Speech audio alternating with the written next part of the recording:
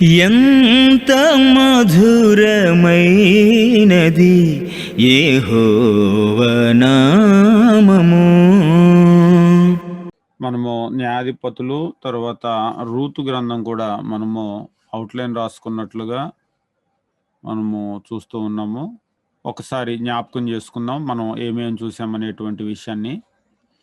యెహోషువ గ్రంథము దాని యొక్క కంటిన్యూషన్ మనం చూసినప్పుడు యెహోషువ గ్రంథం యొక్క కంటిన్యూషనే ఈ యొక్క న్యాయాధిపతుల గ్రంథము. అంటే యెహోషువ గ్రంథం ఎక్కడైతే ఆగిపోయిందో అక్కడి నుంచి చరిత్రను ప్రారంభించడం జరిగింది. ఇందులో మనం చూసినప్పుడు యెహోషువ ఆయన మరణించేటప్పుడు ఇజ్రాయేలీల్ని హెచ్చరించాడు. చివరి అధ్యాయంలో మనం చూస్తూ ఉంటాం. మీరు ఎవరినైనా సేవించండి, నేను నా ఇంటి వారు మాత్రం యెహోవాను సేవిస్తాము అని చెప్పేసి తెలియజేశాడు. ఇక తర్వాత న్యాయాధిపతుల గ్రంథము మనం ప్రారంభించినప్పుడు యెహోషువ మరణం తర్వాత ఇజ్రాయేలీల జనాంగంలో అనేకమైనటువంటి మార్పులు చోటు చేసుకున్నట్లుగా మనం చూస్తూ ఉంటాం. న్యాయాధిపతుల గ్రంథము మనం చూసినప్పుడు దీని యొక్క రచయిత, న్యాయాధిపతుల గ్రంథం యొక్క రచయిత ఎవరనేటువంటిది స్పష్టంగా మనకు పేరనేది తెలియకపోయినప్పటికీ కూడా సమూయేలు అని చెప్పేసి యూదుల పారంపర్యం నమ్ముతూ ఉన్నారు. సుమారుగా 1050 నుండి 1000 BC వరకు ఈ పుస్తకం రాసి ఉన్నటువంటి పరిస్థితిని, కాలాన్ని అంచనా వేస్తూ ఉన్నారు. దీనిలో ఉద్దేశ్యం ఏమిటి అంటే ఇజ్రాయేలీలు నీచ స్థితికి కలిగినటువంటి కారణాలను న్యాయాధిపతుల గ్రంథంలో తెలియజేస్తూ ఉన్నాడు. అంటే ఇజ్రాయేలీలు పతనమవటానికి కలిగినటువంటి కారణాలేమిటి అనేటువంటి దాన్ని చూపిస్తూ ఉన్నాడు. దీని ద్వారా మనకు కూడా ఒక ప్రయోజనం ఉంది. ఏమిటది అంటే నేడు మనం పతనం కాకుండా ఉండాలి అంటే మనం ఎట్లా ఉండాలి అనేటువంటి విషయాన్ని కూడా ఇందులో మనం నేర్చుకోగలం. ఈ యెహోషువ కాలానికి తర్వాత సమూయేలు వచ్చేటువంటి కాలానికి మధ్యలో అంటే ఒక బ్రిడ్జి లాగా పనిచేస్తూ ఉంటుంది. ఉదాహరణకు ఈ న్యాయాధిపతుల పుస్తకమే లేకపోతే ఏమవుతుంది అంటే యెహోషువ మరణం చూస్తాము, తరువాత మొదటి సమూయేలు గ్రంథంలోకి వెళ్ళిపోయి సమూయేలుని చూస్తాము. ఆ తర్వాత రాజు కావాలి మాకని అడుగుతారు. ఎందుకు మధ్యలో ఇలాంటి పరిస్థితి వచ్చింది అనేటువంటి ఆ బ్రిడ్జి లాగా ఈ న్యాయాధిపతుల గ్రంథం అనేటువంటిది పనిచేస్తుంది అనమాట. వాళ్ళ యొక్క నీచ స్థితికి కలిగినటువంటి కారణం. ఇక ఈ న్యాయాధిపతుల గ్రంథం కనుక మనం చూసినట్లయితే ఇజ్రాయేలీల చరిత్రలో ఒక 7 సైకిల్స్ అనమాట. అంటే చక్రం అని చెప్పేసి అంటారు కదా, 7 సైకిల్స్ ని ఇందులో నమోదు చేశాడు. ఏమిటవి అంటే ఇజ్రాయేలీలు వారు దేవుణ్ణి వదిలిపెట్టి వెళ్ళిపోవటం లేదా పతనం అవటం అని మనం చెప్పొచ్చు. ఎప్పుడైతే దేవుణ్ణి వదిలిపెట్టి వెళ్ళిపోయారో, పతనం అయిపోయారో, దేవుడు వారిని వారి శత్రువుల చేతికి అప్పగించేశాడు. శత్రువుల చేతికి అప్పగించినప్పుడు వారు వచ్చి వీళ్ళను బానిసలు చేశారు.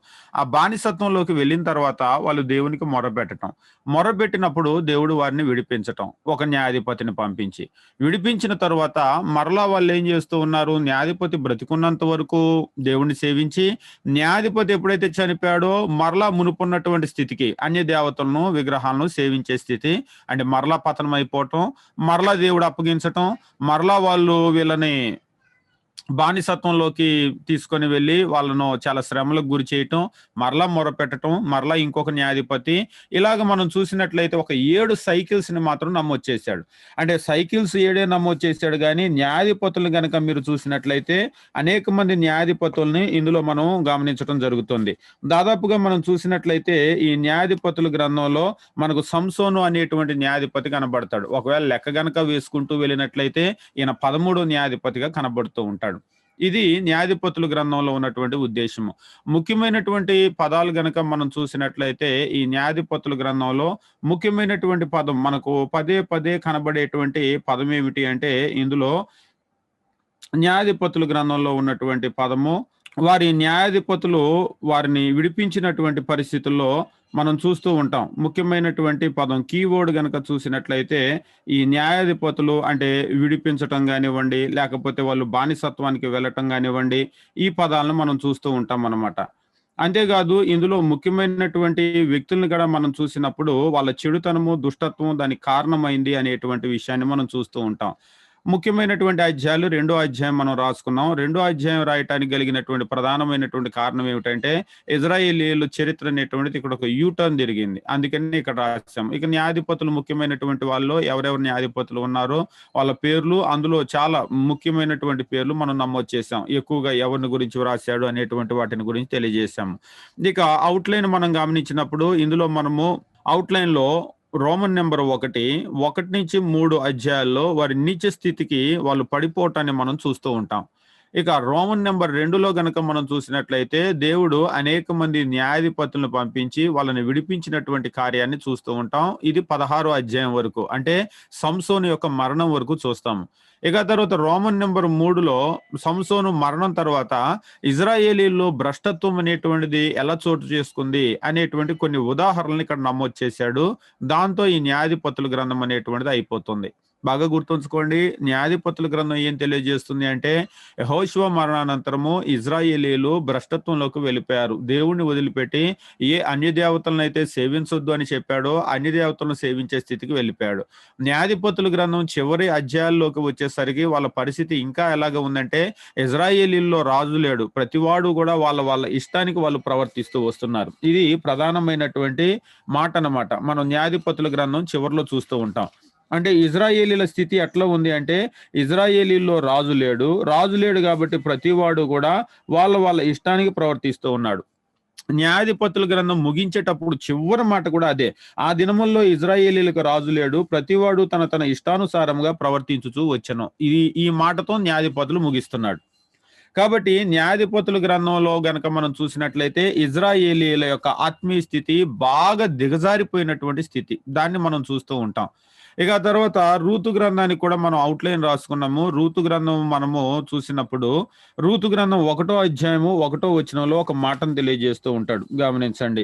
ఇజ్రాయేలీలు పరిపాలన చేయుచున్నటువంటి న్యాయాధిపతులు ఏలినటువంటి దినముల్లో, అంటే ఇజ్రాయేలీల్ని న్యాయాధిపతులు పరిపాలన చేసినటువంటి దినాల్లో కరువు కలగగా ఒక కుటుంబానికి ఏం జరిగింది అనేది చెప్తున్నాడు.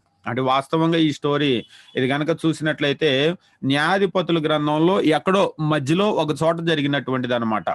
ఆ మధ్యలో ఒక చోట జరిగినటువంటి కార్యాన్ని పుస్తకం మధ్యలో పెట్టడానికి వీలు పడదు కాబట్టి దాన్ని తీసుకొని వెళ్ళి చివరకు పెట్టడం జరిగింది. కాబట్టి న్యాయాధిపతుల గ్రంథంలో జరిగినటువంటి ఆ చరిత్ర కాలంలో జరిగినటువంటి ఒక కుటుంబానికి జరిగినటువంటి సంఘటనను రూతు గ్రంథంలో నమోదు చేయటం జరిగింది. ఇంతవరకు మనం గమనించాం. ఇక మనం బుక్ స్టడీలోకి వెళ్ళిపోదాము. బుక్ స్టడీలోకి వెళ్ళిపోయినప్పుడు న్యాయాధిపతుల గ్రంథము 1వ అధ్యాయము, బైబిల్ గ్రంథాలు తిప్పుకోండి. న్యాయాధిపతుల గ్రంథం 1వ అధ్యాయము 1వ అధ్యాయాన్ని మనం చూసినప్పుడు యెహోషువ మృతి పొందిన తర్వాత ఇజ్రాయేలీలు కనానీయులతో యుద్ధం చేయుటకు తమలో ఎవరు ముందుగా వారి మీదకు పోవలసినది అని యెహోవా తెలియజేయనట్లు ప్రార్థన చేయగా, ఇక్కడ కొంతమందికి కలిగేటువంటి ఒక సందేహం ఏంటంటే ఇంకా యుద్ధాలు ఏంటండి, అయిపోయినాయి కదా యుద్ధాలు అని అనుకుంటూ ఉంటారు. మనం ప్రారంభంలోనే గమనించాం. ఇది మనకు అర్థం కావాలి అంటే యెహోషువ గ్రంథం 13వ అధ్యాయము 1వ వచనం ఎప్పుడు కూడా మర్చిపోవద్దు.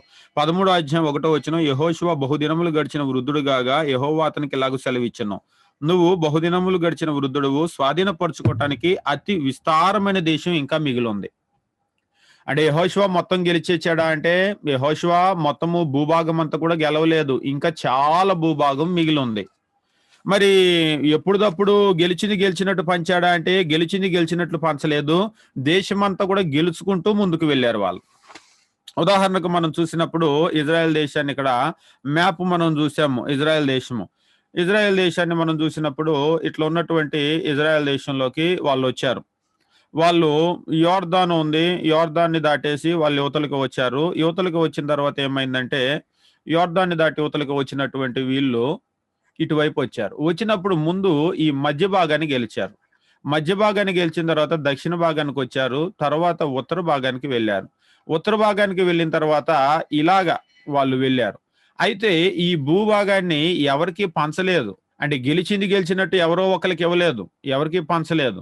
ఎవరికి పంచకుండా మొత్తము అందరూ కలిసి యుద్ధాలకు వస్తున్నారు. ఇటువైపు ఆల్రెడీ 2.5 గోత్రాలకు ఇచ్చాడు.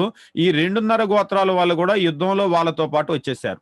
ఇప్పుడు అందరూ కలిసి యుద్ధం చేస్తున్నారు. యెహోషువ ఇప్పుడు బాగా వృద్ధుడైపోయాడు. దేవుడు ఏం చెప్పాడంటే నువ్వు చాలా వృద్ధుడు అయిపోయావు కాబట్టి ఇంకా గెలవాల్సినటువంటి భూమి ఏమో చాలా ఉంది కాబట్టి నువ్వు చేయాల్సింది ఏంటంటే ఆయనతో చెప్తూ ఉన్నాడు, నువ్వేం చేయాలంటే నువ్వు చీట్లు వేసేసి అందరికీ వాళ్ళకి నేను ఇస్తానన్నటువంటి భూమిని ఇచ్చేయి అని మొత్తము 12 గోత్రాలకి, అంటే 12 గోత్రాల్లో ఆల్రెడీ 2.5కి యువతలకు వచ్చింది కాబట్టి 9.5 గోత్రాలకు ఇటువైపు, 2.5 గోత్రాలకు తూర్పు వైపు. అంటే ఈ పడమర వైపు ఇది ఆల్రెడీ పనిచేశాడు మోషే కాలంలోనే. ఇప్పుడు ఈ 9.5 గోత్రాలకి ఎవరికి ఏమొస్తుంది అనేటువంటి చీటీ వేశాడనమాట. ఒకవేళ మీరు బైబిల్‌లో ఉన్నటువంటి చివరి మ్యాపుల్లో రెండో మ్యాప్ గనక చూసినట్లయితే, అంటే ఇజ్రాయేలీల గోత్రాలను తెలుపు పాలస్తీనా పట్టణము అనేటువంటి ఒక మ్యాప్ ఉంటుంది తెలుగు బైబిల్‌లో. లాస్ట్‌లో ఉన్నటువంటి మ్యాపుల్లో రెండో మ్యాప్ మీరు గమనించండి. అందులో గనక మీరు గమనించినట్లయితే మీకు మొత్తము ఇజ్రాయేలీల గోత్రాల్లో ఉన్నటువంటి ఏ గోత్రానికి ఎక్కడ భూభాగం ఇవ్వబడింది అనేటువంటి విషయాలన్నీ కూడా అక్కడ నమోదు చేయబడ్డాయి. ఒకవేళ నేను ఇక్కడ మీకు తెలియజేస్తాను, నేను మీకు చూపిస్తాను. ఇందులో చూడండి, మీకు ఇక్కడ మ్యాప్ కనబడుతుంది కదా. ఈ మ్యాప్ను ఒక్కసారి మీరు గమనించినట్లయితే ఇది ఇజ్రాయెల్ దేశము. ఈ ఇజ్రాయెల్ దేశంలో వీళ్ళు ఏం చేశారంటే, ఇటువైపు ఆల్రెడీ 2.5 గోత్రాలకి మోషే బ్రతికున్నటువంటి కాలంలోనే పనిచేశాడు. ఇప్పుడు వాళ్ళు ఏం చేశారంటే యోర్దాన్ను ఇక్కడ వాళ్ళు క్రాస్ చేశారు మధ్య భాగంలో. మధ్య భాగంలో క్రాస్ చేసి వచ్చినప్పుడు వీళ్ళు ముందు ఈ మధ్య భాగాన్ని గెలిచారు. ఈ మధ్య భాగాన్ని గెలిచిన తర్వాత దక్షిణ భాగానికి వచ్చారు, తర్వాత ఉత్తర భాగానికి వచ్చారు. కానీ ఇక్కడ ఇంకా చాలా మంది ఇంకా గెలవలసినటువంటి భూభాగం ఉంది. అయితే యెహోషువకి చెప్పాడు, నువ్వు చాలా వృద్ధుడివైపోయావు కాబట్టి ఇప్పుడు ఆయన పోతే మిగిలినటువంటి పని చేయవలసినటువంటిదంతా కూడా జాప్యం అయిపోతుంది. కాబట్టి ముందు చీట్లేసి ఇచ్చేసిన తర్వాత మిగిలిన వాళ్ళు గెలుచుకుంటారు. వాళ్ళకి ఎవరెవరికి ఏ భూమో చెప్తే వాళ్ళ పని చేస్తారు అని చెప్పేసి అన్నాడు. కాబట్టి ఈ మ్యాప్ను మీరు జ్ఞాపకం ఉంచుకోండి. 2.5 గోత్రాలకి ఇటువైపు వచ్చింది, 9.5 గోత్రాలకి ఇటువైపు చీట్లేసాడు. ఇటువైపు చీట్లేసి ఇచ్చాడు కానీ అందరికీ రాలేదు. భూభాగం అనేటువంటిది అందరికీ ఇంకా రాలేదు. ఇక ఇప్పుడు ఏం జరుగుతుంది అనేటువంటి విషయాన్ని మనకి ఇక్కడ నమోదు చేస్తూ ఉన్నాడు. అందరికీ రాకపోయేసరికి ఇప్పుడు న్యాయాధిపతుల గ్రంథం 1వ అధ్యాయం మరలా ఇందాక మనం చదివింది 1వ వచనం. యెహోషువ మృతి పొందిన తర్వాత ఇజ్రాయేలీలు కనానీయులతో యుద్ధము చేయుటకు తమలో ఎవరు ముందుగా వారి మీదకి పోవలసిందని యెహోవా తెలియజేయనట్లు ప్రార్థన చేయగా ఇప్పుడు లీడర్ లేడు. లీడర్ అంటే ఇప్పుడు దాకా మోషే తర్వాత ముందుండి నడిపించినటువంటి వాళ్ళ నాయకుడు యెహోషువ ఉండి నడిపించాడు.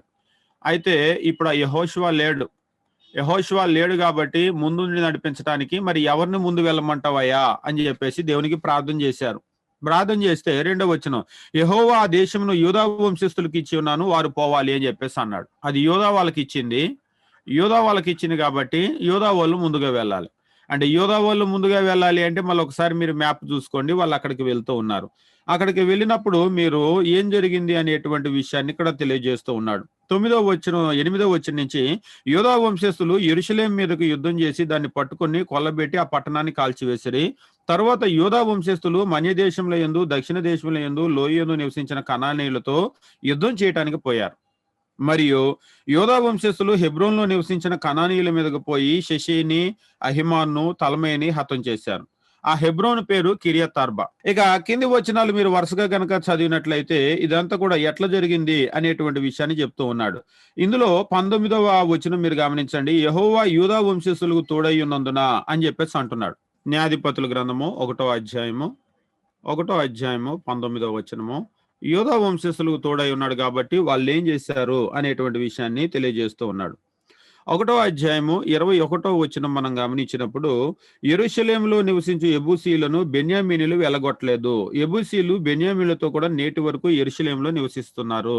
బెన్యామీనీయులు చేసినటువంటి పని ఏమిటి అని చెప్పేసి అంటున్నాడు. వాళ్ళు యెబూసీయుల్ని వెళ్ళగొట్టలేదు. ఈ యెబూసీయులు ఎప్పుడు వెళ్ళగొడతారు అంటే దావీదు పరిపాలనలోకి వచ్చిన తరువాత, అంటే న్యాయాధిపతుల పరిపాలన రమారమి 300 సంవత్సరాలు ప్లస్ జరిగింది.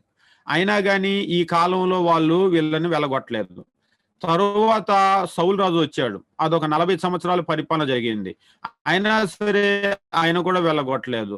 తరువాత దావీదు వచ్చాడు. ఈ దావీదు కాలంలో యెబూసు పట్టణాన్ని పట్టుకొని దానికే యెరూషలేము అని పేరు పెట్టాడు. అంటే రమారమి మీరు చూసినప్పుడు యెహోషువ తర్వాత ఒక 350 సంవత్సరాల వరకు అన్యులు వాళ్ళ దేశంలోనే ఉన్నారు. కంప్లీట్ గా ఆ దేశాన్ని స్వాధీనంలోకి తెచ్చింది ఎవరంటే దావీదు. అంటే దేవుడు ఏ బౌండరీస్ అయితే చెప్పాడో, యెహోషువ ఏదైతే ఇచ్చాడో దాన్ని వాళ్ళకు స్వాధీనపరిచింది దావీదు. సౌలు కూడా పని చేయలేదు. ఫిలిస్తీన్లతో తరచూ యుద్ధం జరిగేది కానీ సౌలు వాళ్ళని నచ్చలేకపోయాడు. దావీదు వచ్చిన తర్వాత చుట్టుపక్కల వాళ్ళందరినీ ఊచకోత కోసేసాడు. అందుకనే దేవుడు అంటాడు, నీ చేతులు రక్తంతో తడిసిపోయి నువ్వు నాకు మందిరాన్ని కట్టొద్దు అని చెప్పేసి అంటాడు. అంటే వాస్తవంగా దేవుడు చెప్పినటువంటి బౌండరీస్ వరకు వాళ్ళ రాజ్యాన్ని తీసుకుని వెళ్ళింది ఎవరంటే దావీదు. ఈ 300 సంవత్సరాలు వాళ్ళ పని చేయలేదు. ఇక తర్వాత 2వ అధ్యాయము 1వ అధ్యాయం మీరు గమనించినప్పుడు 27వ వచనంలో మీరు చూసినట్లయితే మనష్షీలు చేసినటువంటి పని ఏంటి అనేటువంటిది తెలియజేస్తున్నాడు. మనష్షీలు బెషెయను దాని పల్లెలను, తైనాను దాని పల్లెలు, దోరు నివాసులు దోరు పల్లెలు, ఇబ్లెయామును దాని పల్లెలు, మెగిద్దో నివాసులు మెగిద్దో పల్లెలు స్వాధీనపరచుకోలేదు. అంటే ఎవరెవరిని ఉంచారు అనేటువంటి ఆ రిమైనింగ్ ని చెప్తున్నాడు. వీళ్ళు ఎవరిని ఉంచారు? మిగిలిన వారు.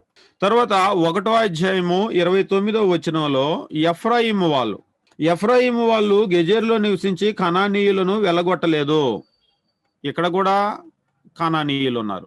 వీళ్ళకేమో యెబూసీయులు ఉన్నారు, యెబూసు వాళ్ళు. ఇక వీళ్ళకి గనక చూసినట్లయితే కొన్ని పల్లెల పేర్లు చెప్పాడు, ఆ పల్లెల వాళ్ళు ఉన్నారు. ఇక 1వ అధ్యాయము 30వ వచనం చూసినప్పుడు 30వ వచనంలో జబూలినీలు కిత్రోను నివాసులను నహాలోను నివాసులను వెళ్ళగొట్టలేదు. జబూలూను వాళ్ళు వీళ్ళేం చేశారు అంటే వీళ్ళు కూడా కిత్రోను వాళ్ళని వెళ్ళగొట్టలేదు. కిత్రోను వాళ్ళనే కాదు, నహలోను వాళ్ళని వెళ్ళగొట్టలేదు. అంతేకాదు వీళ్ళ మధ్యలో కనానీయులు ఉన్నారు. మీరు చేయాల్సింది ఏంటంటే ఈ 1వ అధ్యాయము బాగా చదివి ఎవరెవరి మధ్య ఎవరెవరు ఉండిపోయారు అనేటువంటి విషయాన్ని మీరు గమనించండి. 31లో ఆషేరు వాళ్ళు కొందరిని ఉంచేశారు. 32వ వచనం మీరు గమనించినప్పుడు 32లో ఇంకా నఫ్తాలీయులు కొందరిని ఉంచేశారు. ఇలాగా మీరు గనక గమనించినట్లయితే వాళ్ళ మధ్యలో మిగిలిపోయారు.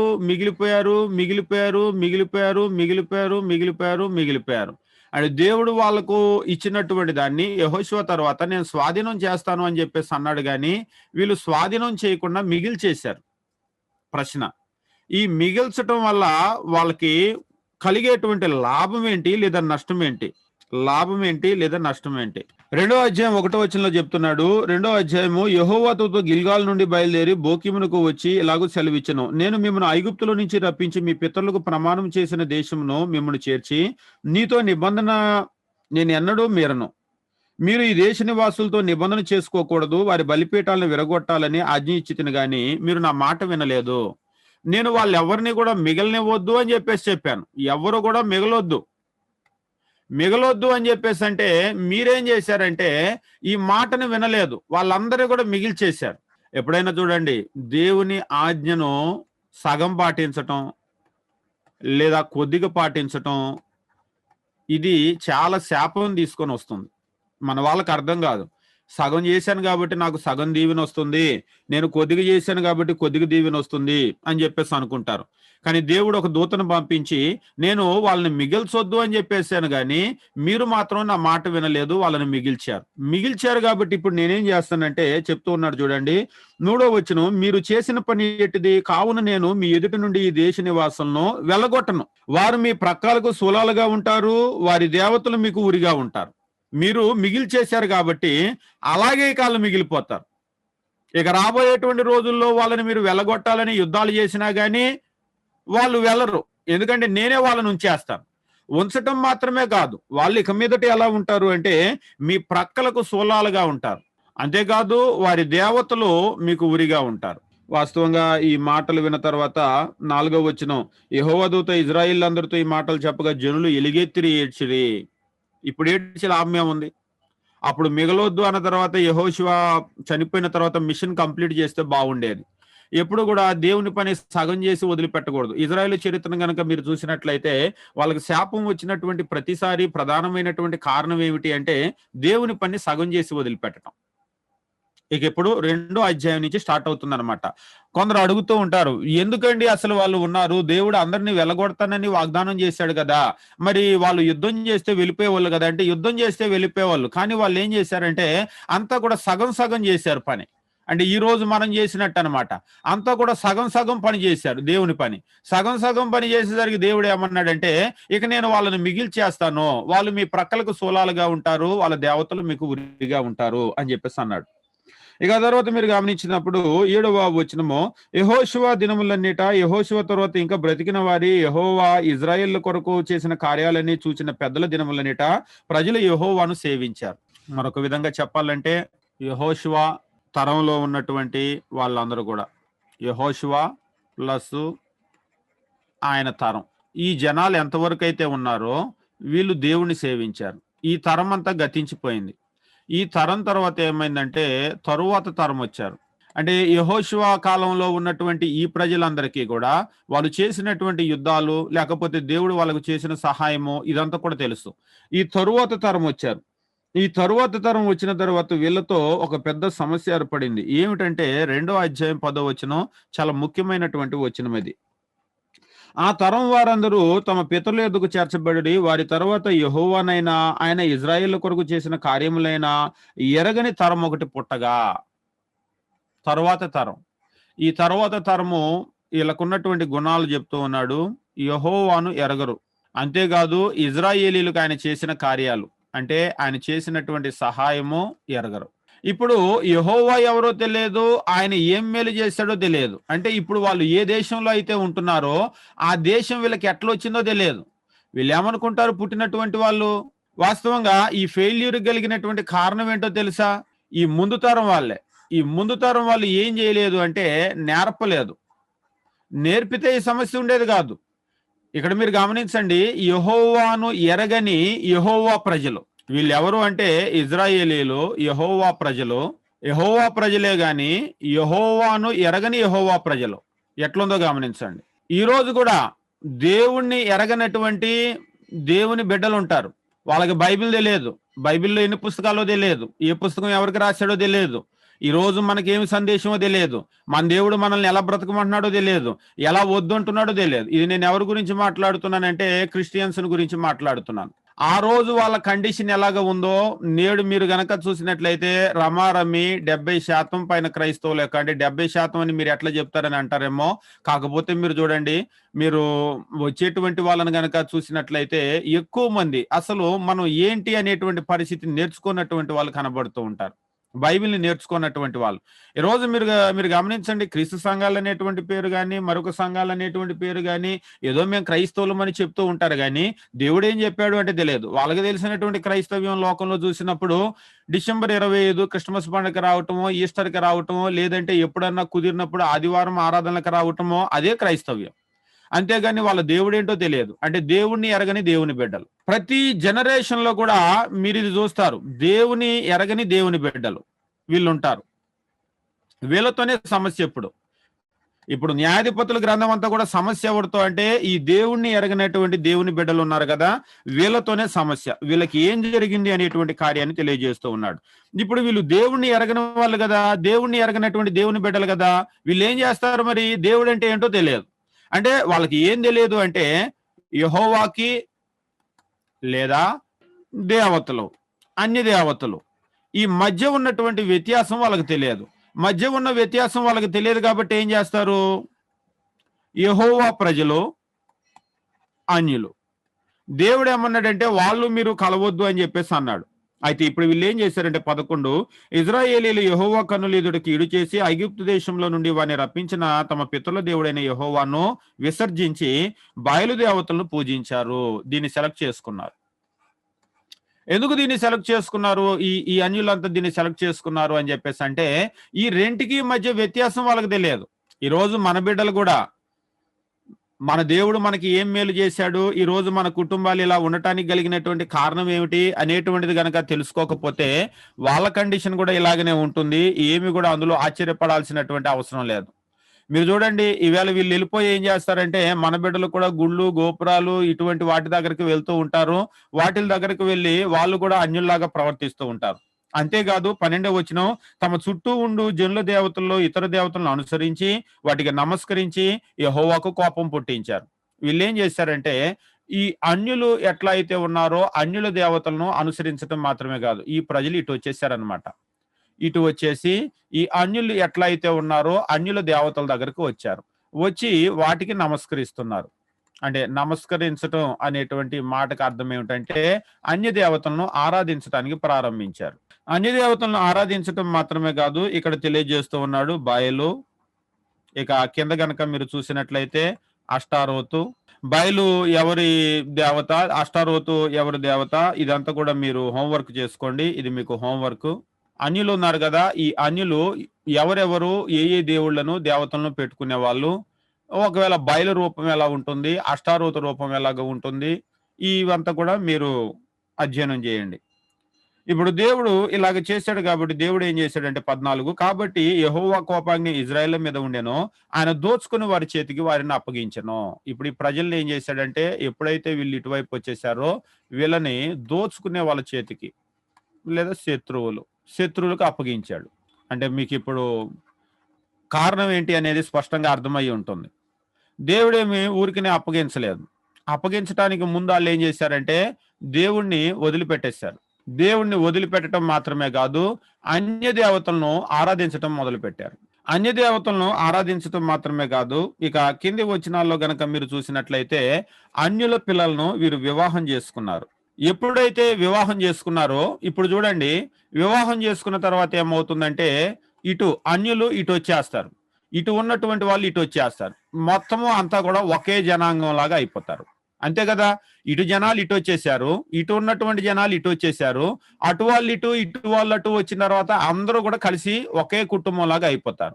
ఉదాహరణకు మీరు క్రైస్తవ కుటుంబం, ఇప్పుడు మీ క్రైస్తవ కుటుంబంలో గనక మీ పిల్లలు ఎవరో అన్యుల్ని ప్రేమించి పెళ్లి చేసుకున్నారు. అన్యుల్ని ప్రేమించి పెళ్లి చేసుకుంటే ఈ అన్యులు మీ కుటుంబంలోకి వచ్చారు. ఇప్పుడు ఏం జరుగుతుంది, వాళ్ళు నేను గుడికి వెళ్తానంటారు, పూజ చేస్తానంటారు, ఒక బొమ్మను పెడతారు ఇంట్లో. అంతే కదా, ఇప్పుడు పోనీ క్రైస్తవులు ఇటు వచ్చారు, క్రైస్తవులు ఇటు వస్తే వీళ్ళు ఏమన్నా ప్రార్థన చేస్తారా? లోకం బలమైంది కాబట్టి వాళ్ళు ఏం చేస్తారంటే వీళ్ళు ఇటు వచ్చిన తెలుగులో ఒక సామెత చెప్తారు, ముళ్ళొచ్చి ఆకు మీద పడ్డా ఆకొచ్చి ముళ్ళు మీద పడ్డా నష్టం దేనికి అంటే క్రైస్తవులు వెళ్ళి ఇటు కలిసిన అన్యులు వచ్చి ఇటు కలిసిన నష్టం ఎవరికంటే పాపం వీళ్ళకే. ఎందుకంటే లోకం అనేటువంటిది బలమైనది. ఈ లోకం బలమైంది కాబట్టి ఏం చేస్తారంటే క్రైస్తవులు అన్యుల వైపు వెళ్తే వాళ్ళు అన్యులుగా మారిపోతారు. ఈ అన్యులు క్రైస్తవుల వైపు వస్తే మళ్ళీ వీళ్ళు కూడా అన్యులుగా మారిపోతారు. అంటే ఎటు వచ్చినా వాళ్ళే. ఇప్పుడు అందుకనే ఏమైపోతుందంటే అందరూ అన్యులైపోతారు. పేరుకి ఇజ్రాయేలీలు, కానీ వాళ్ళు ఎప్పుడైతే ఈ వివాహాలు మోస్ట్ డేంజరస్ అన్నమాట. ఈ రోజు కూడా చెప్పేది ఏమిటి అంటే ఈ వివాహాలు మీరు గమనించండి, పదే పదే మనం ఒక విషయాన్ని చూస్తూ ఉన్నాం. ఆదికాండము 6వ అధ్యాయము, నోవాహు జలప్రలయం. కారణం ఏమిటి అంటే ఈ జలప్రలయానికి కలిగినటువంటి కారణం అన్యులతో కలిసిపోవటం. అక్కడ చెప్తూ ఉంటాడు, దేవుని కుమారులు వచ్చేసి నరుల కుమార్తెలు చక్కని వారని వివాహం చేసుకున్నారు. అంటే దేవుని బిడ్డలు అన్యులు కలిశారు. ఏమిటి అంటే వివాహం. మరలా ఇప్పుడు ఈ వివాహం వాళ్ళతో మీకు వద్దు అంటే మరలా న్యాయాధిపతుల గ్రంథం మీరు గమనించినప్పుడు 2వ అధ్యాయము, ఇక్కడ మరలా జరిగింది ఏమిటి అంటే దేవుని బిడ్డలు మరలా అన్యులు వాళ్ళని వివాహం చేసుకున్నారు. అయితే ఇప్పుడు వివాహం చేసుకున్నప్పుడు మరలా జలప్రలయం అనేటువంటిది రాలేదు, కానీ దేవుడు ఏం చేశాడంటే ఈ శత్రువుల చేతికి వాళ్ళని అప్పగించేశాడు. అంటే ప్రతిసారి అన్యులతో కలిసినప్పుడు ఏం జరుగుతుంది అంటే నువ్వు అన్యులతో కలిసినటువంటి ప్రతిసారి కూడా నీకు నష్టమే కలుగుతుంది. అది ఆ రోజైనా ఈ రోజైనా అన్యులతో కలిస్తే ఏం జరుగుతుందంటే భూమి ఉన్నంత వరకు నష్టమే జరుగుతుంది. ఇక కింది వచనాలు కనుక మీరు చదివినట్లయితే 2వ అధ్యాయం అంతా కూడా వాళ్ళ పరిస్థితి ఏమిటి అనేటువంటి తెలియజేస్తూ ఉన్నాడు. ఇక న్యాయాధిపతుల గ్రంథము 3వ అధ్యాయం మీరు చూసినప్పుడు 1-2 వచనాల్లో ఇజ్రాయేళ్లకు కనానీయులకు జరిగిన యుద్ధాలన్నిటిని చూడని వారందరిని శోధించి ఇజ్రాయేల్లో తరముల వారికి అనగా పూర్వము ఆ యుద్ధాలు ఏ మాత్రము చూడని వారికి యుద్ధం చేయ నేర్పినట్లు యెహోవా ఉండనిచ్చిన జనాలు ఇవి. యెహోవా కొందరిని ఉంచేశాడు అని చెప్పేసి అంటే ఇదేదో కోపతాపమేమో అని చెప్పేసి అనుకుంటాడు. ఇందులో అన్యులను ఉండనిచ్చటానికి కలిగినటువంటి మరొక రీజన్ చెప్తున్నాడు. అన్యులను ఉండనిచ్చడానికి కలిగిన మరో కారణం ఏమిటంటే యుద్ధం నేర్పటం. వాస్తవంగా ఇజ్రాయేలీలు అరణ్యంలో నుంచి వచ్చినప్పుడు వాళ్ళకి అరణ్యంలో యుద్ధం ఏమి నేర్చుకోలేదు, కానీ అన్యులతో ఇక యుద్ధాలు చేయటం ప్రారంభించినప్పుడు యెహోషువ కాలంలో వాళ్ళకి యుద్ధాలు వచ్చు. కానీ ఇప్పుడు ఈ పుట్టిన పిల్లలకి ఇక యుద్ధాలు లేవు కాబట్టి ఎవరో శత్రువు లేకపోతే ఈరోజు మీరు చూడండి, భారతదేశంలో మనందరికీ కూడా ఏ యుద్ధము రాదు, ఏ యుద్ధమే కాదు. అసలు మనకు ఒకప్పుడు కనుక బ్రిటిషర్స్ రావడానికి ముందు కనుక మీరు చూసినట్లయితే భారతదేశంలో ప్రతి రాష్ట్రంలో కూడా వాళ్ళకి సొంతగా మార్షల్ ఆర్ట్స్ ఉండేవి. అంటే కర్ర తిప్పటం కానీ లేకపోతే కత్తి కానీ. ఇవాళ కూడా మీరు పంజాబ్ రాష్ట్రంలో కనుక వెళ్ళినట్లయితే తల్వార్ అనేటువంటి ఒక మాట వింటూ ఉంటారు. సిక్కుల దగ్గర కత్తి ఉంటుందని చెప్పేసి వింటూ ఉంటారు. ఏమిటది అంటే వాళ్ళ సెల్ఫ్ ప్రొటెక్షన్ కొరకు వాళ్ళు పెట్టుకునేది. అంతేకాదు మీరు మరాఠా పీపుల్ గనక చూసినట్లయితే వాళ్ళ సొంత మార్షల్ ఆర్ట్స్ వాళ్ళకు ఉంటాయి. ఆంధ్రాలో కూడా మీరు కేరళ గనక చూసినట్లయితే కలరిపట్టు అని చెప్పేసి ఒక విద్య ఉంటుంది. అది ప్రపంచంలో ఉన్నటువంటి మార్షల్ ఆర్ట్స్ లోనే ఏన్షియంట్ మార్షల్ ఆర్ట్ అని చెప్పేసి అంటారు. కరాటేలు, కుంఫులు, టాంగ్ఫులు అన్ని కూడా ఆ కలరిపట్టు నుంచే పుట్టినాయి అని చెప్పేసి అంటూ ఉంటారు. మరి ఈవేళ మనందరికీ ఇవన్నీ వచ్చా? మన భారతదేశంలోంచి పుట్టి ప్రపంచంలో కరాటేలు, కుంఫులు నేర్చుకున్నారు. మనకొచ్చా అంటే ఈవెన్ కేరళలో ఉండే వాళ్ళకి కూడా చాలా మందికి కలరిపట్టు ఒకటి ఉందని తెలియదు. ఏమైపోయింది అంటే బ్రిటిషర్స్ వచ్చిన తర్వాత దాన్ని నిషేధించారు. ఎప్పుడైతే నిషేధించారో ఆ విద్యలు ఎవరైతే నేర్చుకుంటున్నారో అరెస్ట్ చేసి జైల్లో వేశారు. రాను రాను ఏమైపోయినాయి అంటే దాన్ని నేర్పే వాళ్ళు లేరు, నేర్చుకునే వాళ్ళు లేరు. ఇవాళ ఎవరికి కర్ర పట్టుకోవడం తెలియదు, కత్తి పట్టుకోవడం అంతకంటే తెలియదు. ఒకవేళ పొరపాటున డబ్బులు ఇచ్చి కొనుక్కున్నా దాన్ని ఎలా తిప్పాలో తెలియదు. అలాంటి పరిస్థితులు అయిపోయినాయి అనమాట. ఇప్పుడు వీళ్ళ పరిస్థితి కూడా మనలాంటి వాళ్ళే. అంతకు ముందు ఎప్పుడు యుద్ధం చూడలేదు. కానీ ఆ రోజుల్లో అలా ఉంటే కుదరదు. దేశం అన్న తర్వాత ఆర్మీ ఉండాలి. ఒకవేళ రాజు ఆర్మీ గనక ఉందనుకోండి ట్రైనింగ్ వాళ్ళు ఇచ్చుకుంటారు. కానీ ఇప్పుడు వీళ్ళకి ప్రత్యేకమైన రాజు లేడు, ప్రత్యేకమైన ఆర్మీ లేదు. కాబట్టి ప్రజలు వాళ్ళని వాళ్ళు కాపాడుకోవాలి. కాబట్టి ఏం చేశాడంటే అన్యుల్ని వాళ్ళ మధ్యలో ఉంచాడు. ఈ అన్యుల్ని వాళ్ళ మధ్యలో ఉంచడం ద్వారా అప్పుడప్పుడు వాళ్ళకి వీళ్ళకి తగువులు వస్తూ ఉంటాయి. వాళ్ళకి వీళ్ళకి యుద్ధాలు వస్తూ ఉంటాయి. యుద్ధం వచ్చినందుకైనా యుద్ధం నేర్చుకుంటారు. అంతే కదా. రీజన్ నెంబర్ 2 వాళ్ళని ఎందుకు వీళ్ళ మధ్యలో నుంచి వెళ్ళగొట్టేయలేదు అని చెప్పేసి అంటే దేవుడు చెప్తూ ఉంటాడు. ఎందుకంటే ఈ దేశం అనేటువంటిది ఇంకా చాలా విస్తారంగా ఉంది. ఒకవేళ దేశంలో నుంచి వాళ్ళని గనక వెళ్ళగొట్టేసినట్లయితే జంతువులు వచ్చేస్తాయి, క్రూర మృగాలు వచ్చేస్తాయి. ఉదాహరణకి ఇజ్రాయెల్లో ఒక 25-30 లక్షల మంది వచ్చారు. దేశమంతా ఖాళీ చేసేసాడు. ఖాళీ చేస్తే సగం దేశంలో వాళ్ళు ఉంటున్నారు. ఎందుకంటే వాళ్ళు ఒక 25-30 లక్షల మంది. మిగిలిన దేశమంతా ఏమైపోతుంది? ఇవాళ మనం ఇల్లు వదిలిపెట్టి ఒక 25-30 సంవత్సరాల తర్వాత వస్తే ఏమైపోతుంది? ఊరంతా వదిలిపెట్టేసి వెళ్ళిపోయి ఒక 50 సంవత్సరాల దగ్గరకు వచ్చేస్తే ఊర్లు కూడా అడవులు అయిపోతాయి. ఇప్పుడు ఎప్పుడైతే అడవులు పెరిగిపోయినాయో మృగాలు పెరిగిపోతాయి. అడవులు ఎప్పుడైతే పెరిగినాయో మృగాలు పెరిగిపోతాయి. మృగాలు పెరిగిపోయి ఏమవుతాయంటే అడవులను దాటి ఊర్లోకి కూడా వచ్చేస్తాయి. ఇప్పుడంటే మనకి పులులు, సింహాలు చూడటం లేదు. కానీ ఒకప్పుడు కనుక మీరు చూసినట్లయితే ఒక 40-50 ఏళ్ల క్రితము పొలాల్లోకి వెళ్ళినప్పుడు పులులు రావటమో, లేకపోతే మనుషుల్ని లాక్కొని వెళ్ళిపోవటమో, లేకపోతే వాళ్ళు పశువుల్ని కాసేటప్పుడు పశువుల్ని లాక్కొని వెళ్ళిపోవటమో చూస్తూ ఉండేవాళ్ళం. ఇప్పుడు ఏమైపోయిందంటే మనుషులు పెరిగారు. మనుషులు పెరిగేసరికి అడవులు తగ్గిపోయినాయి. ఎప్పుడైతే అడవులు తగ్గిపోయినాయో ఈ క్రూర మృగాలు తగ్గిపోయినాయి. కాబట్టి దేవుడు ఏం చేశాడంటే అడవులు కావాలి. ఎక్కువ అడవులు ఉన్నా మనుషులకి నష్టమే, తక్కువ అడవులు ఉన్నా మనుషులకి నష్టమే. అందుకనే దాన్ని బ్యాలెన్స్ చేయడానికి దేవుడు ఏం చేశాడంటే మీరు పెరుగుతూ ఉన్నప్పుడు నేను వాళ్ళని తర్వాత ఖాళీ చేయిస్తాను, లేకపోతే మీకు క్రూర మృగాలు పెరిగిపోతాయి అని చెప్పేసి దేవుడు తెలియజేశాడు అనమాట. ఇక ఈ 3వ అధ్యాయాన్ని కనుక మనం చూసినట్లయితే దానికి కలిగినటువంటి కారణాలు తెలియజేస్తూ ఉన్నాడు. ఇక ఇక్కడి నుంచి న్యాయాధిపతుల గ్రంథం మీరు వరుసగా చూడండి. వరుసగా చూసినప్పుడు ఇందాకడే మనం చూసాము మొత్తం ఇందులో 7 సైకిల్స్ గురించి దేవుడు తెలియజేశాడు. ఈ 7 సైకిల్స్ గనక మీరు చూసినట్లయితే ఇందులో మరలా మనం తెలియజేసేటువంటి విషయం ఏమిటంటే ఒకే విషయము తరచుగా జరుగుతూ ఉంది. ఏమిటి ఆ తరచుగా జరిగేది అంటే వాళ్ళు దేవుణ్ణి వదిలిపెట్టేసి అన్య దేవతలను వాళ్ళు ఆరాధించటం. ఎప్పుడైతే దేవుణ్ణి వదిలిపెట్టేశారో వాళ్ళని అన్యుల చేతికి అప్పగించేశాడు. ఇది ఎప్పుడైతే వాళ్ళు అలాగా రిపీట్ అవుతూ ఉంటే చరిత్ర రిపీట్ అవుతూ ఉంటుంది. తప్పు చేయటం రిపీట్ అవుతూ ఉంటే పనిష్మెంట్ రిపీట్ అవుతూ ఉంటుంది. కాబట్టి ఈ రోజు కూడా మనం ఎప్పుడైతే తప్పు చేస్తామో దేవుణ్ణి వదిలిపెడతామో దేవుడు కూడా మనల్ని వదిలిపెట్టేస్తాడు, శత్రువులకు మనల్ని అప్పగించేస్తాడు. ఇక శ్రమలు అనివ్వండి, శోధనలు అనివ్వండి, ఇబ్బందులు అనివ్వండి, ఇవన్నీ కూడా తరచుగా చోటు చేసుకుంటూ ఉంటాయి. ఈ న్యాయాధిపతుల గ్రంథం మీరు ఇంటి దగ్గర చదువుకోండి. చరిత్ర అంతా కూడా చదువుకున్నట్లయితే 3వ అధ్యాయం మీరు గమనించినప్పుడు 3వ అధ్యాయంలో వారి మొట్టమొదటి న్యాయాధిపతి 9వ వచనంలో చెప్తూ ఉంటాడు. ఇజ్రాయేలీలు యెహోవాకు మొరపెట్టగా యెహోవా కాలేబు తమ్ముడైన కనజు యొక్క కుమారుడైన ఒత్నీయేలును రక్షకునిగా ఇజ్రాయేల్ కొరకు నియమించి వారిని రక్షించెను. రక్షకునిగా అన్నటువంటి మాటకు ఇక్కడ అర్థం ఏమిటి అంటే భౌతికంగా వాళ్ళని విడిపించడానికి పంపించినటువంటి విమోచకుడు అన్నమాట. ఇదే మాట క్రొత్త నిబంధనలో కూడా మనం చూస్తూ ఉంటాం. అయితే ఆత్మ సంబంధంగా మనల్ని విడిపించడానికి వచ్చినటువంటి విమోచకుడైనటువంటి క్రీస్తుని గురించి అది రాయబడింది. అంటే న్యాయాధిపతులు వాళ్ళని ఏం చేసేవాళ్ళు అంటే న్యాయాధిపతులు వాళ్ళని రక్షించేవాళ్ళు. వాళ్ళని రక్షించి వాళ్ళను మరలా ఆ శత్రువు చేతిలో నుంచి విడిపించేవాళ్ళు. కాబట్టి మీరు గమనించండి 3వ అధ్యాయము ఒత్నీయేలు తర్వాత యెహూదు, తర్వాత షమ్గరు, దెబోరా, బారాకు. ఇవన్నీ మీరు వరుసగా చదువుకుంటూ వెళ్ళండి. ఇవన్నీ చదవటానికి మనకున్నటువంటి కోర్సులో టైం సరిపోదు. దాదాపు నవంబర్ ముగింపుకు వస్తూ ఉన్నాము. ఇందులో చరిత్ర అంతా ఒకటే రిపీట్ అయ్యేది. ఏ శత్రువు చేతికి అప్పగించాడు, ఎంతకాలం బాధించారు, బాధించిన తర్వాత మరలా వాళ్ళకి బుద్ధి ఎంతకాలానికి వచ్చింది, ఎప్పుడూ ఒకేలాగా బుద్ధి రాదు. ఒక్కోసారి త్వరగా రిపెంట్ అవుతారు, ఒక్కోసారి చాలా సంవత్సరాల తర్వాత. మీరు గనక గమనించినట్లయితే ఇక్కడ మీరు చూసినట్లయితే ఏం చేస్తాడంటే, ఈ ఒత్నీయేలు న్యాయాధిపతిగా రావటానికి ముందు 8వ వచనంలో చెప్తూ ఉంటాడు. అందును గూర్చి యెహోవా కోపం ఇజ్రాయేలు మీద మండగా ఆయన అరమ్నహారాయిము యొక్క రాజైన కుషానేషతాయిము చేతులకు దాసులు ఒకటికే వారిని అమ్మివేసెను. ఇజ్రాయేలీలు 8 సంవత్సరాలు వారికి దాసులుగా ఉన్నారు. ఇజ్రాయేలీలు 8 సంవత్సరాలు దాసులుగా ఉన్నారు. కానీ ఆ తర్వాత గనక గమనించినట్లయితే 14వ వచనం, ఇజ్రాయేలీలు 18 సంవత్సరములు మోయాబు రాజుకు దాసులుగా ఉన్నారు. ఇక్కడ బుద్ధి రావటానికి 18 సంవత్సరాలు పట్టింది. తర్వాత మీరు గమనించినప్పుడు 4వ అధ్యాయము 3వ వచనంలో ఇక్కడ ఏమంటూ ఉంటాడంటే 20 సంవత్సరాలు దాసులుగా ఉన్నారు అని చెప్పేసి అంటూ ఉంటాడు.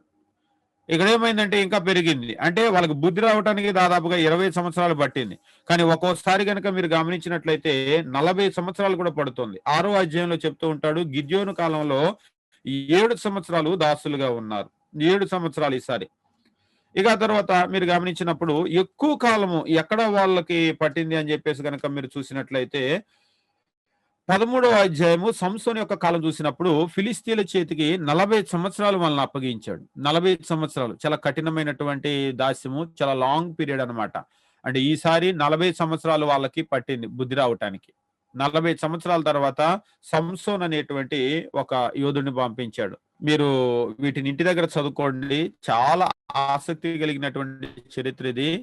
అయితే ఇజ్రాయేలీల శత్రువులు ఎంత బలంగా ఉంటారో ఇజ్రాయేలీల్లో వచ్చేటువంటి నాయకుడు కూడా అంతే బలంగా ఉంటాడు. మనకి తెలుగులో చెప్తూ ఉంటాం కదా, నేలకేసి అంత బలంగా కొడితే అంత బలంగా పైకి లేస్తుందని.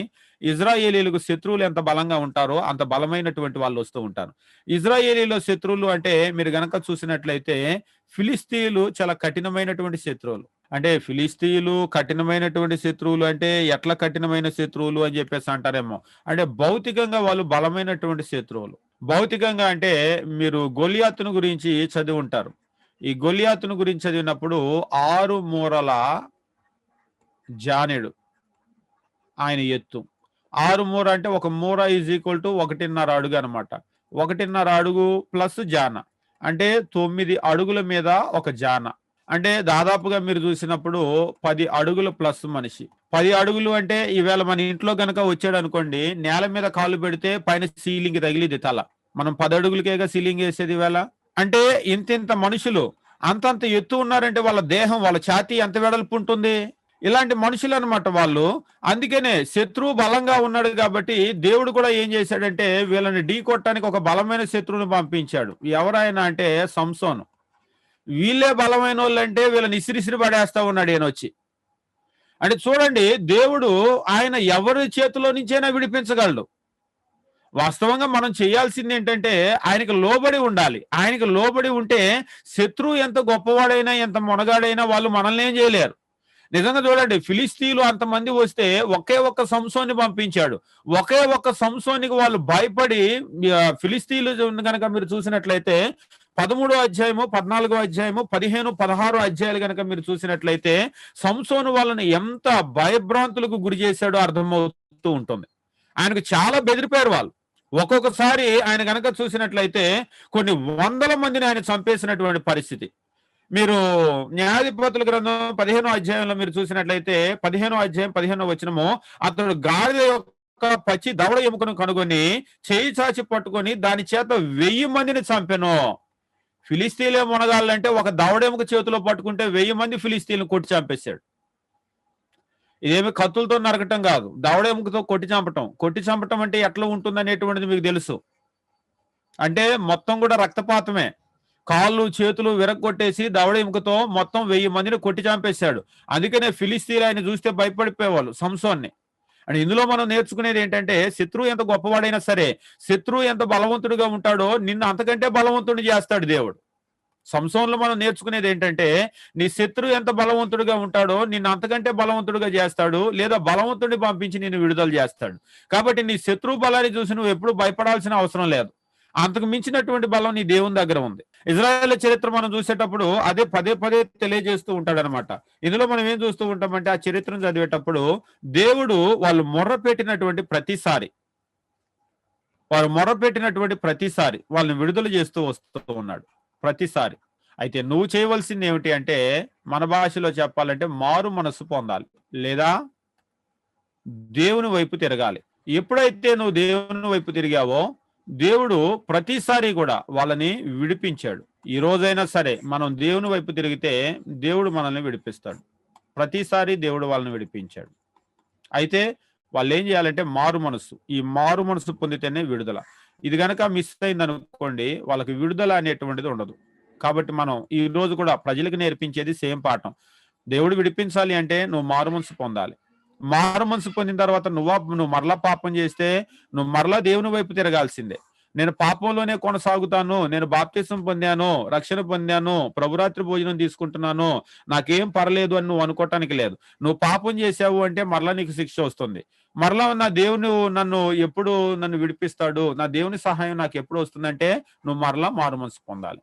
దాన్నే 1 యోహాను పత్రిక 1వ అధ్యాయంలో గనక చూసినట్లయితే, క్రీస్తు ప్రభు ఆయన నమ్మదగిన వాడు కాబట్టి ఆయన రక్తం మన ప్రతి పాపమును కడిగి వేస్తుంది అని చెప్పేసి అంటాడు. అయితే మనం చేయాల్సింది ఏంటంటే 6వ వచనం నుంచి తెలియజేస్తూ ఉంటాడు. 1 యోహాను 1వ అధ్యాయంలో మనం మారు మనసు పొందాలి. కాబట్టి న్యాయాధిపతులు 1 నుంచి 3 అధ్యాయాలు వాళ్ళ పతనం ఎట్లా ప్రారంభమైంది అనే విషయాన్ని గురించి తెలియజేశాడు. ఇక 3వ అధ్యాయం సగం నుండి లేదా 4వ అధ్యాయం నుండి గనక మీరు గమనించినట్లయితే, 4వ అధ్యాయం నుండి సంసోను వరకు, అంటే దాదాపుగా 16వ అధ్యాయం వరకు మీరు చూసినప్పుడు, ఈ 16వ అధ్యాయం వరకు వారికి ఒక 7 సైకిల్స్ గురించి తెలియజేశాడు. 7 సైకిల్స్, 13 మంది న్యాయాధిపతులు. ఈ 7 సైకిల్స్ కాకుండా కొందరి ఊరికి పేర్లు ఇచ్చేసాడు అనమాట, వాళ్ళని గురించి చరిత్ర అంతా కూడా రాయకుండా. ఇక తర్వాత మీరు 17వ అధ్యాయం దగ్గర నుంచి గనక గమనించినట్లయితే 21వ అధ్యాయం వరకు న్యాయాధిపతులు ఏలినటువంటి దినాల్లో ప్రజల పరిస్థితి ఎట్లా ఉంది అనేటువంటిది తెలియజేస్తున్నాడు. అనేటువంటి కొన్ని ఉదాహరణలు తెలియజేస్తూ ఉన్నాడు. న్యాయాధిపతుల గ్రంథం ముఖ్యమైనటువంటి 3 భాగాలు.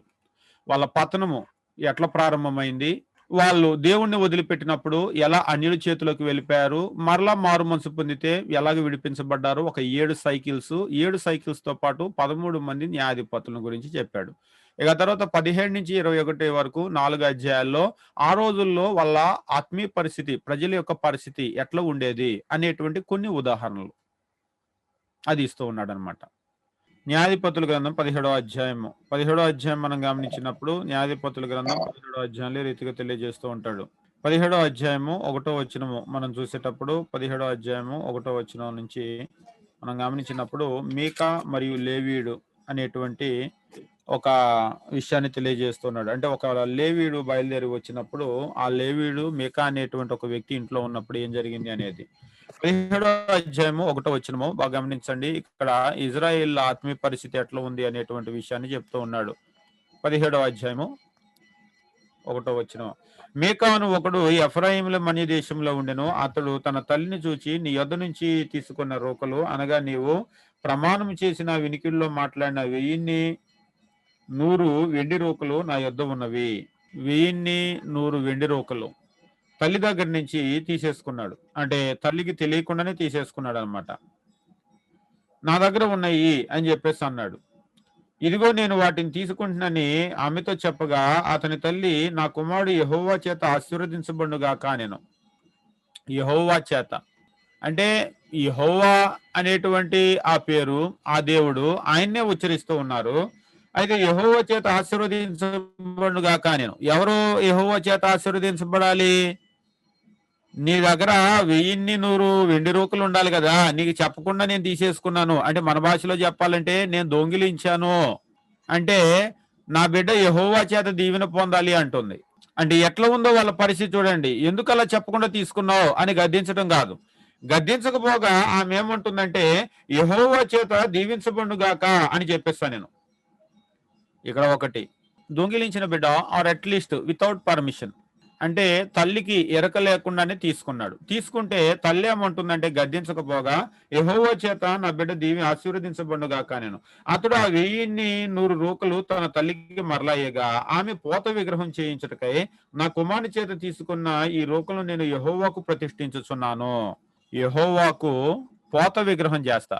వాస్తవంగా యెహోవాకు విగ్రహం చేయొచ్చా? నా బిడ్డ నాకు మరలా ఇచ్చేసాడు కాబట్టి, పోయినాయి అనుకునే దొరికినాయి కాబట్టి, ఈ పోయిన సొమ్ము నాకు దొరికినప్పుడు నేను అది దేవుడికే ఇచ్చేస్తాను, యెహోవాకే ఇచ్చేస్తాను. ఆమె ఆలోచన మంచిదే. అయితే యెహోవాకు నేను ఎట్లా ఇస్తా ఈ డబ్బు? ఒక పోత విగ్రహం చేస్తాను నేను యెహోవాకు. మీరు గమనించినప్పుడు ఏంటి కండిషన్ ఎట్లా ఉంది అంటే, ఒక విషయం పదే పదే చెప్తూ ఉంటాడు. 6వ వచనం మీరు గమనించినప్పుడు 17వ అధ్యాయము 6వ వచనం ఎందుకు ఇలా జరుగుతుందంటే, ఆ దినముల్లో ఇజ్రాయేలుకు రాజు లేడు, ప్రతివాడు తన ఇష్టానుసారంగా ప్రవర్తించుచూ వచ్చెను. తన ఇష్టం అంతే, తన సొమ్ము తన ఇష్టం. చేయొచ్చా చేయకూడదా అడగటానికి లీడర్ ఎవడు లేడు. ఇంకా చెప్పాలంటే నో లీడర్. ఇజ్రాయేలుకు రాజు లేడు అన్నటువంటి దాన్ని ఏం తెలియజేస్తుందంటే నో లీడర్. నాయకులు లేని చోట జనులు చెడిపోవుదురు అని చెప్పేసి అంటాడు. అంటే లీడర్ అనేటువంటి వాళ్ళు అవసరమా అంటే, ఎప్పుడు కూడా లీడర్ అనేటువంటి వాళ్ళు అవసరం. ఇజ్రాయేలుకి రాజు లేడు అంటే దాని అర్థం ఏంటంటే, ఇజ్రాయేలీలో లీడర్ లేడు కాబట్టి ఎవడెవడు వాడి ఇష్టాన్ని చేస్తున్నాడు. అదే రాజు ఉన్నాడు అనుకోండి, నువ్వు బొమ్మ చేస్తే కుదురుతుందా? అమ్మో, రాజు తెలిస్తే తలనరికేస్తాడు. కాబట్టి రాజు లేకపోవటం వల్ల, లీడర్ లేకపోవటం వల్ల వచ్చినటువంటి సమస్య అన్నమాట. నేను పోత విగ్రహం చేయిస్తాను అని చెప్పేసి అంది. ఇప్పుడు అన్న తర్వాత 4వ వచనం, అతడు ఆ రోకలు తన తల్లికి ఇయ్యగా వాటిలో 200 పట్టుకొని కంసాలికి అప్పగించెను. ఒక 200 రోకలు తీసుకొని వచ్చి కంసాలికి ఇచ్చింది. కంసాలికి ఇస్తే ఇప్పుడు ఆ కంసాలి ఆ రోకలను తీసుకొని ఏం చేశాడంటే, ఆ కంసాలి వాటితో చెక్కబడిన ప్రతిమ స్వరూపము పోత విగ్రహము చేయగా అది మీకా ఇంట్లో ఉండెను. ఈ రోకలు కంసాలికి ఇస్తే ఈయన ఒక విగ్రహం చేసి ఇచ్చాడు. ఈ విగ్రహాన్ని తెచ్చి ఇంట్లో పెట్టుకున్నారు. ఈ విగ్రహం పేరేమిటి అంటే యెహోవా, లేదా అట్లీస్ట్ యెహోవా కొరకు ఏదో ఒక రూపం చేశారు వాళ్ళు. ఏ రూపం అంటే దీనికి బైబిల్ ఎక్కడ ఉంది, దేవుని వాక్యం ఎక్కడ ఉంది అని అడగటానికి లేదు. ఎందుకు లేడు అంటే, ఇజ్రాయిల్లో రాజు లేడు, ప్రతివాడు తన ఇష్టానుసారంగా ప్రవర్తిస్తూ వస్తున్నాడు. ఈ రోజు కూడా మీరు చూడండి, మీరు కొంతమందిని కనుక చూసినట్లయితే, ఇది దేవుడు చెప్తున్నాడా, బైబిల్లో ఇది ఉందా, మనం ఇట్లా ప్రవర్తించవచ్చా అనేటువంటిది వాళ్ళకి తెలియదు. ఉదాహరణ కనుక మీరు గమనించినట్లయితే, కొంతమంది క్రీస్తు ప్రభు ఫోటో పెడతారు. క్రీస్తు ప్రభు ఫోటో పెట్టడానికి వాళ్ళకు ఉన్నటువంటి వచ్చిన ఆధారం ఏంటి? అసలు క్రీస్తు యొక్క ఇమేజ్ ని ఎవరైనా పెట్టవచ్చా? క్రొత్త నిబంధన ప్రకారం కానీ లేదా పాత నిబంధన ప్రకారం కానీ మీరు ఏ రూపాన్ని చేయకూడదు అని చెప్పేసి దేవుడు అన్నాడు. అది పాత నిబంధనలు కాదు, క్రొత్త నిబంధనలు కూడా అప్లికేబుల్. ఏ రూపం చేయకూడదు అంటే క్రీస్తు రూపానికి మినహాయింపు ఇవ్వలేదు. కాబట్టి మనం ఏ రూపం పెట్టినా గానీ ఏమవుతుంది అంటే విగ్రహమే అవుతుంది. వేరొక పేరట మనం విగ్రహాన్ని పెట్టం కాబట్టి ఈ పేరట మనల్ని విగ్రహాన్ని పెట్టిస్తూ ఉన్నాడు. ఇక్కడ కూడా చూడండి, యెహోవా చేత ఆశీర్వదించుగాక. ఆమెమి అన్య దేవతలను లేదంటే అన్య దేవుళ్ళను ఆశ్రయించలేదు, దేవుణ్ణి ఆశ్రయిస్తుంది, భక్తిగానే ఉంది. కానీ ఆమె భక్తి అనేటువంటిది దేవుని వాక్యానుసారంగా లేదు. సమస్య ఏమిటి అంటే వాక్యానుసారంగా లేదు. ఈ రోజు కూడా సమస్య ఏమిటి అంటే వాక్యానుసారంగా లేదు. ఉదాహరణకి నేను అడుగుతూ ఉంటాను కొందరిని, డిసెంబర్ 25 క్రిస్మస్ చేస్తున్నారు క్రీస్తు ప్రభు కొరకు, మంచిదే.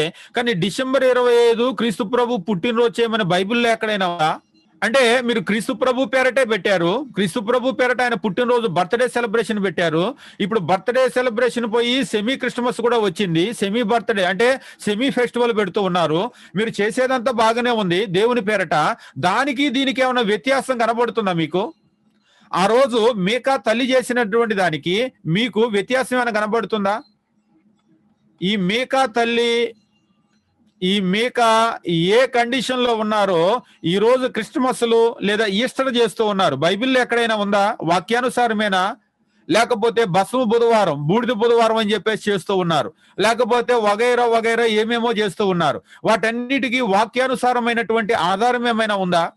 ఒకవేళ లేకపోతే మీకా తల్లి ఏ కండిషన్ లో ఉన్నారో ఈవేళ వారందరూ కూడా, లేదంటే అది మనం చేస్తే మనమందరం కూడా అదే కండిషన్ లో ఉంటాం. అంటే ఆ రోజు వాళ్ళు ఏ కండిషన్ లో ఉన్నారో ఒక పెద్ద ఈజ్ ఈక్వల్ టు, అంటే మ్యాథమెటిక్స్ లో చెప్పాలంటే ఈజ్ ఈక్వల్ టు అంటే సమానం. వాళ్ళు ఏ కండిషన్ లో ఉన్నారో యెహోవా పేరే చెప్పారు, బొమ్మలు చేశారు. ఈ రోజు కూడా క్రైస్తవుల పేరే చెప్తున్నారు, క్రీస్తు ప్రభు ఫోటో పెడతారు. నేరుగా కొంతమంది క్రీస్తు ప్రభు ఫోటో పెట్టి పొద్దున్నే సాంబ్రాణి ఒత్తులు వెలిగిస్తారు. అక్కడ వాళ్ళు ధూపం వేస్తారు. అక్కడే వాళ్ళు స్నానం చేసి వచ్చి వాళ్ళు ప్రార్థన చేసుకుంటారు. ఏది బొమ్మ ఎదురుగా బొమ్మను ముద్దు పెట్టుకుంటారు. లేదా వాక్యానుసారంగా లేనటువంటి డిసెంబర్ 25 అని చెప్పేసి అంటారు. డిసెంబర్ 25 లేకపోతే ఈస్టర్ అని చెప్పేసి అంటూ ఉంటారు. లేదంటే ఒకవేళ బస్వం బుధవారం అని చెప్పేసి అంటూ ఉంటారు. లేదంటే గుడ్ ఫ్రైడే అని చెప్పేసి అంటూ ఉంటారు. వీటన్నిటిని కూడా చేసేటప్పుడు మనం కూడా ఎట్లా ఉంటాము అంటే, ఆ రోజు మీకా తల్లి యెహోవా పేరు చెప్పి బొమ్మలు ఎట్లా చేశారో, ఈ రోజు కూడా క్రైస్తవులమని దేవుని పేరు చెప్పి మనం కూడా ఈ ఆచారాలు, వాళ్ళకి మనకు ఏమీ వ్యత్యాసం ఉండదు. అటువంటి ఒక కుటుంబానికి ఏం జరిగిందో చెప్తూ ఉన్నాడు. ఇప్పుడు ఆ బొమ్మను తీసుకొని వచ్చారు. 5వ వచనము, మీకాను మనిషిని ఇంట దేవమందిరం ఒకటి ఉండెను, మరియు అతడు ఏఫోదును గృహదేవతను చేయించి ఆ కుమారులో ఒకని ప్రతిష్ఠింపగా ఇతడు అతనికి యాజకుడు ఆయను. సిస్టమ్ అంతా ఏమొస్తుందో చూడండి. 1 బొమ్మ తెచ్చాడు, కంసాలి చేశాడు.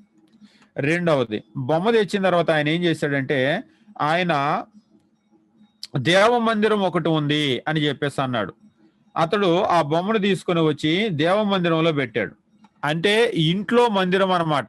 దేవుడు ఏర్పరచుకున్నటువంటి స్థలంలో మందిరం ఉండాలి, కానీ అటువంటి మందిరాలు ఇంట్లో ఉండకూడదు. దీన్ని ఏమంటారంటే దేవ మందిరము అని చెప్పేసి. అంటే ఇప్పుడు ఉదాహరణకు తాజ్ మహల్ ఉంటుంది అండి, మీకు అర్థం కావటానికి చెప్తూ ఉన్నాను.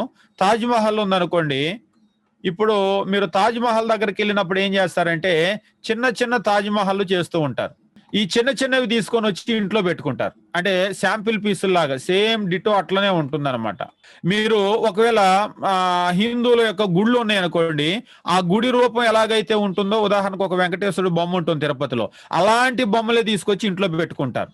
అంటే అక్కడ ఒక బొమ్మే ఉంటుంది, కానీ ఇక్కడ 1, 2, 100, 1000, 1,00,000 అలాగా ప్రతి ఇంట్లో కూడా బొమ్మలు వచ్చేస్తాయి. అటువంటి చిన్న చిన్న బొమ్మలు అనమాట. ఇప్పుడు ఇది చేసినప్పుడే విగ్రహాలు ప్రతి ఇంటికి కూడా వ్యాప్తి చెందుతూ ఉంటాయి. ఇక్కడ కూడా ఏం చేశారు అంటే దేవమందిరం ఒకటి చేసుకొని, దేవుడు ఏం చెప్పాడంటే ఆయన ఏర్పరచుకున్న స్థలంలోకి అందరూ రావాలి, కానీ వాళ్ళు దీన్ని వాళ్ళ ఇళ్లలో పెట్టుకోకూడదు. ఇప్పుడు యెహోవా పేరే ఒక బొమ్మ చేయించారు, యెహోవా పేరే దేవమందిరం ఒకటి చేయించారు. 3వ విషయం చెప్తూ ఉన్నాడు చూడండి, ఏఫోదును చేయించాడు. అంటే ప్రధాన యాజకుడు గాని అక్కడ ఉండేటువంటి ఆ యాజకత్వం విషయంలో చూసినప్పుడు అక్కడ దేవుణ్ణి ఆరాధించడానికి ఏఫోద్ ధరించుకుంటారు. ఇంట్లో కూడా ఈ బొమ్మకు ఈ మందిరంలో పెట్టి ఇక్కడ ఆరాధనా కార్యక్రమాలు స్టార్ట్ చేశాడు అనమాట. అంటే అక్కడ యెరూషలేములో ఎట్లయితే సిస్టమ్ ఉంటుందో అటువంటి సిస్టమ్. అంటే అప్పట్లో యెరూషలేములో లేదు కదా అని చెప్పేసి అంటారు. యెరూషలేములో లేదు, దేవుడు ఏర్పరచుకున్నటువంటి స్థలంలో ఉందన్నమాట. ఏఫోదును పెట్టాడు. మరి ఏఫోదును పెడితే అంత పెడితే బొమ్మ వచ్చింది, మందిరం వచ్చింది, ఏఫోదు వచ్చింది, ఇదంతా చేయటానికి మనిషి ఎవరు అంటే ఆయన చెప్తూ ఉన్నాడు, తన కుమారుల్లో ఒకడిని ప్రతిష్ఠించాడు. తన కుమారుల్లో ఒకడు ప్రతిష్ఠించాడు అంటే ఈయన యాజకుడు అనమాట, ప్రీస్ట్. ఇప్పుడు ఈయన దీని అందరికీ మీరు వచనాలు అడగొద్దు. నీ కొడుకుని యాజకుని ఏ వచనం ప్రకారం పెట్టావు, లేవీడు కదా ఉండాలి అని చెప్పేసి అంటే అదంతా మీరు అడగటానికి లేదు. అవును, ఏఫోదు యాజకుడు కదా వేయాలి, నీ ఇంట్లో ఎందుకు పెట్టావు, నీ అబ్బాయికి ఎందుకు వేసావంటే దానికి దేవుని వాక్యం ఉండదు. అవును, మందిరం దేవుడు ఏర్పరచుకున్న స్థలం కదా, ఇక్కడ ఎందుకు పెట్టావంటే దానికి వచ్చిన వాక్యం ఏమి ఉండదు, దేవుని మాట. అవును, బొమ్మలు చేయకూడదు కదా అంటే ఇదంతా కూడా ముందే చెప్పేశాడు. వాళ్ళకి రాజు లేడు, ప్రతి మనిషి తన ఇష్టానుసారంగా ప్రవర్తిస్తూ వస్తున్నాడు. ఈ రోజుల్లో కూడా ప్రతి మనిషి తన ఇష్టానుసారంగా ప్రవర్తిస్తూ వస్తూ ఉన్నాడు. ఏమిటంటే ఒక క్రిస్మస్ అంటాడు, ఏమిటంటే ఒక ఈస్టర్ అంటాడు, ఏమిటంటే ఒక గుడ్ ఫ్రైడే అంటాడు. ప్రతి మనిషి తన ఇష్టానుసారంగా ప్రవర్తిస్తూ వస్తున్నాడు. వాళ్ళకి వీళ్ళకి వ్యత్యాసం ఉందా అంటే ఆ రోజు వాళ్ళు ఏ కండిషన్ లో ఉన్నారో ఈ రోజు అదే కండిషన్ లో ఉన్నారు. లేదు అంటే దీనికి వాక్యం ఎక్కడుందో చూపించాలి. ఒక ఆయన అంటాడు, ఏమండి డిసెంబర్ 25 అని లేదు కానీ అసలు యేసుక్రీస్తు పుట్టలేదు అంటారా అంటాడు. యేసుక్రీస్తు పుట్టాడు, పుట్టలేదని ఎవరన్నారు? మరి పుట్టినటువంటి వ్యక్తికి బర్త్డే చేస్తే తప్ప మీ అబ్బాయికి చేయట్లేదా, మీ అమ్మాయికి చేయట్లేదా, మనం చేసుకోవట్లేదా? మనమందరం చేసుకొని కేక్ కట్ చేసుకున్నప్పుడు క్రీస్తు ప్రభు కేక్ కట్ చేస్తే తప్ప అంటాడు. అంటే ఇప్పుడు క్రీస్తు ప్రభు మీ అబ్బాయి మీ అమ్మాయి ఒకటేనా? అంటే ఇప్పుడు నీ దృష్టిలో ఏమైపోయిందంటే ఆయన ఎట్లా చేశాడు అంటే మొత్తం ఆయన సొంతగా చేశాడు. ఈ రోజు కూడా వీళ్ళు ఏంటంటే సొంతగా చేస్తూ ఉన్నారు. కాబట్టి మనం ఎట్టి పరిస్థితుల్లో మన ఇష్టానుసారంగా ప్రవర్తించకూడదు. దేవుడు ఏదైతే తెలియజేశాడో దాన్ని మాత్రమే మనం చేయాలి, కానీ ఇష్టానుసారంగా ప్రవర్తించకూడదు. ఇప్పుడు వీళ్ళు ఒక కుటుంబాన్ని చూపించాడు కదా, ఇంతవరకు ఒక గీత కొట్టుకోండి. వీళ్ళ కండిషన్ ఎట్లుంది అనేది మీకు అర్థమై ఉంటుంది. మీకా గాని, వాళ్ళ అమ్మ గాని, వాళ్ళ అబ్బాయిలు గాని, ఉదాహరణకు వాళ్ళ అమ్మ తప్పురా బొమ్మ చేయటం అనాల్సింది పెద్దామె. ఆమె డబ్బు తీసుకెళ్లి బొమ్మ చేయించింది. ఇప్పుడు కొడుకులు నువ్వు యాజకుడిగా ఉండబ్బాయి అంటే, నాన్న మనం అట్లా ఉండకూడదు కదా, యాజకులు లేవీలు కదా అని కొడుకులు కూడా చెప్పలేదు. అంటే తల్లి ఆ తరం చెడిపోయింది, మేక ఆ తరం చెడిపోయాడు. ఇప్పుడు తల్లి ముందు తరం చెడిపోయింది, మేక తరువాత తరం చెడిపోయాడు, తర్వాత కుమారుడు ఆ తరువాత తరం చెడిపోయారు. అంటే తరం వెంబడి తరం ఎట్లా చెడిపోతున్నారు అనేటువంటి ఉదాహరణ ఇక్కడ చూపిస్తూ ఉన్నాడు అనమాట. అందరూ కూడా వాళ్ళ ఇష్టమే, అంతేగాని దేవుడు ఏం చెప్పాడు అని వాళ్ళు మాట్లాడేటువంటి పరిస్థితిలో లేరు. ఓకే, ఇంతవరకు అయిపోయింది. 7వ వచనం నుంచి, యోధా బెత్లెహేం నుంచి వచ్చిన యోధా వంశస్థుల్లో ఒక యవ్వనుడు ఉండెను, అతడు లేవీయుడు, అతడు అక్కడ నివసించను, ఒక లేవీయుడు. ఇప్పుడు ఈయన కండిషన్ ఎట్లుంది అనేది చెప్తున్నాడు. ఇందాకడేమో మేకా ఫ్యామిలీ కండిషన్ ఎట్లుందో చెప్పాడు. బెత్లెహేం నుంచి వచ్చిన యోధా వంశస్థుడు అంటే బెత్లెహేం నుంచి ఎందుకు వచ్చాడు అని చెప్పేసి అంటాడు. బెత్లెహేం నుంచి వచ్చిన యోధా వంశస్థుల్లో ఒక యవ్వనుడెను, అతడు లేవీయుడు. అవును, యోధా వంశం అయితే లేవీయుడు ఎట్లా అవుతాడు అని చెప్పేసి అంటూ ఉంటారు.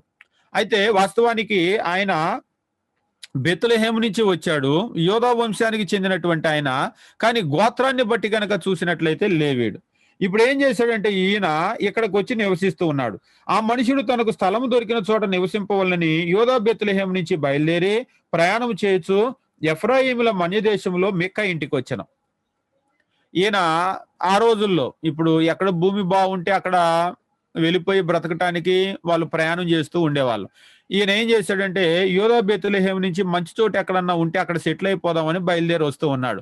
బయలుదేరి వస్తూ ఎఫ్రాయిము మన్యము అనేటువంటి మాటకి ఏంటంటే హిల్ కంట్రీ అని చెప్పేసి అర్థము.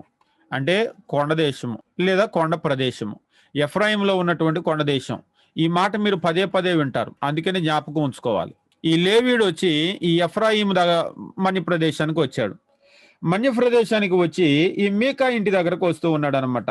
మీకా ఇంటికి వచ్చాను. 9వ వచనం, మీకా నువ్వు ఎక్కడి నుంచి వచ్చావు అని అతన్ని అడగగా, అతను నేను యోధా బెత్లెహేం నుంచి వచ్చిన లేవీయుడును, నాకు దొరకగల చోట నివసించడానికి పోవచ్చున్నానని అతనితో నేను. అయ్యా, నేను ఒక లేవీయుడిని, ఎక్కడ చోటు ఉంటే అక్కడ బతుకుదామని వెళ్తున్నాను. మీకా నా యొద్ద నివసించి నాకు తండ్రిగా యాజకుడిగా ఉండు. ఇప్పుడు దాకా నా కొడుకుని పెట్టుకున్నాను యాజకుడిగా, ఇక మీదట గనక నేను దేవుడు చెప్పినట్టు లేవీడిని గనక పెట్టుకుంటే దేవుడు నాకు ఇంకా దీవిస్తాడు, కాబట్టి నేను లేవీడిని అపాయింట్ చేసుకుంటాను అని చెప్పేసి ఈయన ఏం చేశాడంటే లేవీడిగా పెట్టుకోవటానికి ఆలోచన చేశాడు. లేవీడిగా పెట్టుకోవటానికి ఆలోచన చేసినప్పుడు, నువ్వు నా దగ్గర ఉండు, నాకు యాజకుడిగా ఉంటావు, నేను సంవత్సరానికి నీకు 10 వెండి రోకలు ఇస్తాను. 10 వెండి రోకల జీతం. దేని కొరకు అంటే, నువ్వు నాకు నా ఇంట్లో యాజకత్వం చేయాలి, నా ఇంట యాజకత్వం చేయాలి. అంతేకాదు కింది వచనంలో మరి చూసినప్పుడు, వెండి రోకలు, ఒక దుస్తు, బట్టలు నీకు ఇస్తాను, నీకు కావలసినటువంటి వస్త్రాలు నేను ఇస్తాను, నీకు కావలసినటువంటి ఆహారం నేను ఇస్తాను. అంటే పోషణ, నీకు ఏదైతే కావాలో నేను నీకు జీతం ఇస్తాను, నీకు వస్త్రాలు ఇస్తాను, నీకు యాజకత్వం ఇస్తాను. నువ్వు నాకు చేయాల్సింది ఏంటంటే నా ఇంట్లో యాజకత్వం చేయాలి. అవునయ్యా, నేను అట్లా చేయొచ్చు, నేను అట్లా చేయకూడదు, ఈయనేం మాట్లాడలేదు. ఈయనేం మాట్లాడకుండా ఈయనేం చేశాడు, ఆ దినముల్లో ఇజ్రాయేల్కి రాజు లేడు, ప్రతివాడు తన ఇష్టము. ప్రతివాడు అంటే ఇప్పుడు లేవీడు, వీడి ఇష్టం ఏంటో వీడు చేస్తూ ఉన్నాడు. ఇస్తాను అని చెప్పేసి అనేసరికి ఆయన ఏం చేశాడంటే, ఆ తర్వాత మనం గమనించినప్పుడు ఆ మనుషుడు నివసించుటకు సమ్మతించను. Okay, deal done. నీ జీతము, నీ వస్త్రాలు, నీ ఆహారము, నీ ఆఫర్ అంతా కూడా నాకు నచ్చింది. ఓకే, నీ ఆఫర్ నచ్చింది కాబట్టి డన్ అని చెప్పేసి అన్నాడు. ఇప్పుడు ఏం చేశాడంటే వాడి కొడుకులు తీసేసి ఈయన పెట్టాడు. ఇక్కడ వరకు ఒక స్టోరీ అనమాట, ఈ లేవీడు ఎట్లా ప్రవర్తించాడని. ఆ తర్వాత అక్కడి నుంచి మీరు చూసినప్పుడు 18వ అధ్యాయం 1వ వచనం, ఆ దినముల్లో ఇజ్రాయేలుకి రాజు లేడు, మరియు ఇజ్రాయేల్ గోత్రముల్లో ఆ దినం వరకు దానియేలుకు స్వాస్థ్యం లేదు. దానియేలు అంటే దానియేలుకు స్వాస్థ్యం లేదంటే, ఇంకా వీళ్ళు చీట్లు వేసేసి ఇచ్చారు కదా, ఇస్తే భూభాగాన్ని వెళ్ళి గెలుచుకోవాలి. యుద్ధం చేసి గెలుచుకోవటం కంటే ఎక్కడో ఒక చోట అటు ఇటు తిరిగి ఖాళీ భూమి ఏమన్నా ఉంటే అందులో ఇల్లు వేసుకుందామని వీళ్ళు బయలుదేరారు. వాళ్ళకి స్వాస్థ్యం లేదు. స్వాస్థ్యం పొంది ఉండలేదు గనక తాము నివసించు తమ స్వాస్థ్యం వెతుక్కుంటూ వారు బయలుదేరారు. వాళ్ళు సంచారం చేస్తా ఏం చేశారంటే, మరలా ఈ ఎఫ్రాయిములు మన్యము మీకా ఇంటి దగ్గరకు వచ్చారు. మీకా ఇంటికి వచ్చారు. మేకా ఇంటికి వచ్చినప్పుడు అంటే ఫస్ట్ వేగు చూడటానికి కొంతమంది వచ్చారనమాట. మేకా ఇంటికి వచ్చారు. మేకా ఇంటికి వచ్చినప్పుడు మేకా ఏం చేశాడంటే వాళ్ళని ఇంట్లో చేర్చుకున్నాడు. మీకా వాళ్ళని ఇంట్లో చేర్చుకున్నప్పుడు 3వ వచనం, వారు ఎఫ్రాయిములో మన దేశంలో ఉన్న మీకా ఇంటికి వచ్చి దిగిరి మీకా ఇంట ఉన్నప్పుడు లేవీయుడైన ఆ యవ్వనుడు స్వరం పోల్చి, ఇంట్లో యాజకుడు ఉన్నాడు కదా, గొంతు పోల్చాడు. అబ్బాయి నీ గొంతు నీ భాష వింటే నువ్వు ఎఫ్రాయిం మన్యవాడివిగా అన్నట్టున్నావు, ఎక్కడి నుంచి వచ్చావు ఏంటని అడిగారు. అడిగితే అయ్యా మాది ఈ ఊరు కాదు, ఇట్లా యూదా బెత్లెహేం నుంచి నేను వచ్చాను అట్లాగా. అయితే నేను ఎక్కడ బ్రతుకుదామో అక్కడ వెళ్దామని వచ్చేసరికి ఈయనేమో నాకు జీతం ఆఫర్ చేశాడు, ఆహారం ఇస్తానన్నాడు, వస్త్రాలు ఇస్తానన్నాడు, కాబట్టి నేను ఇక్కడ ఉండిపోయాను అని చెప్పేసి ఈ దానియులు ఆ యాజకుడు మాట్లాడుకున్నారనమాట. ఓకే, ఏం చేస్తున్నావు నువ్వు ఇక్కడ పని అంటే, నేను ఈ ఇంట్లో యాజకత్వం చేస్తానయ్యా. యాజకత్వం ఎట్లా అంటే, ఈ ఇంట్లో ఒక బొమ్మ ఉందయ్యా, విగ్రహం అని అన్నారు కదా, బొమ్మ ఉంది. ఈ ఇంట్లో ఒక మందిరం ఉంది, ఆ మందిరంలో దాన్ని పెట్టారు. ఈ యాజకుడు మొత్తం చెప్పేసాడు వాళ్ళకి. ఆహా, ఇక్కడ నువ్వు యాజకత్వం చేస్తావు అనమాట. అందుకే ఈ మీకా ఇంత దీవించబడ్డాడు అనమాట. ఓకే అనుకున్నారు. ఓకే అనుకుని వాళ్ళు ఏం చేశారంటే వెళ్ళిపోయారు, స్వాస్థ్యాన్ని వెతుక్కున్నారు. వెతుక్కొని ఒక ఊరు చూశారు. మీరు 7వ వచనం చూసినప్పుడు లాకీష్ అనేటువంటి ఊరికి వచ్చారు. ఆ లాకీష్ వాళ్ళకు బాగా నచ్చింది. అంతేకాదు దాన్ని గెలుచుకోవటం కూడా చాలా ఈజీ అనుకున్నారు. రిటర్న్ జర్నీ వెళ్ళారు. వెళ్ళి దానిలందరికీ కూడా లాకీష్ అనే ఒక ఊరు చూసాము, బాగుంది, మనం దాన్ని వెళ్ళి మనం గెలుచుకోవచ్చు, చుట్టుపక్కల ఊర్లలో కూడా చాలా దూరంగా ఉంది, దీని మీద పడితే ఎవడు వచ్చి వాళ్ళని కాపాడలేడు అని వాళ్ళందరూ ప్రయాణం చేస్తా ఉన్నారు. రిటర్న్ అంటే వెళ్ళి వాళ్ళందరినీ తీసుకొస్తున్నారు. ఇప్పుడు ఈ దానిలందరూ కూడా వచ్చే మార్గంలో మీకా ఇల్లు ఉంటుంది. అందరూ కూడా ఏం చేశారంటే మీకా ఇంటి మీద నుంచి వస్తున్నారు. వచ్చేటప్పుడు ఆ ముందు వచ్చిన మనుషులు చెప్పారు, యాయ్ ఈ ఇల్లు ఏంటో తెలుసా మీకు, ఈ ఇంట్లో ఒక మందిరం ఉంది, ఆ మందిరంలో బొమ్మ ఒకటి ఉంది, అక్కడ యాజకుడు ఒకడు ఉన్నాడు, కాబట్టి ఆ ఇల్లు అంత దీవించబడింది అన్నారు. అనేసరికి వీళ్ళు ఏమనుకుంటున్నారంటే, ఎలాగూ మనం యుద్ధానికి వెళ్తున్నాం కదా, ఆ యుద్ధానికి వెళ్ళేటప్పుడు ఆ దేవుడు బొమ్మ ఏదో మనం తెచ్చుకొని ఆ యాజకుడిని మన దగ్గర తెచ్చుకుంటే మనకు దీవెన వస్తుంది కదా, ఆ దేవుడు మనతో ఉంటే మంచిది కదా అని వీళ్ళు ఏం చేశారంటే, మరి ఎక్కువ మంది ఉన్నారు కదా, ఇంట్లోకి వెళ్ళి ఆ బొమ్మను లాగేసుకున్నారు దౌర్జన్యంగా. ఆ బొమ్మను లాక్కొని వీళ్ళు వచ్చేస్తూ ఉన్నారు.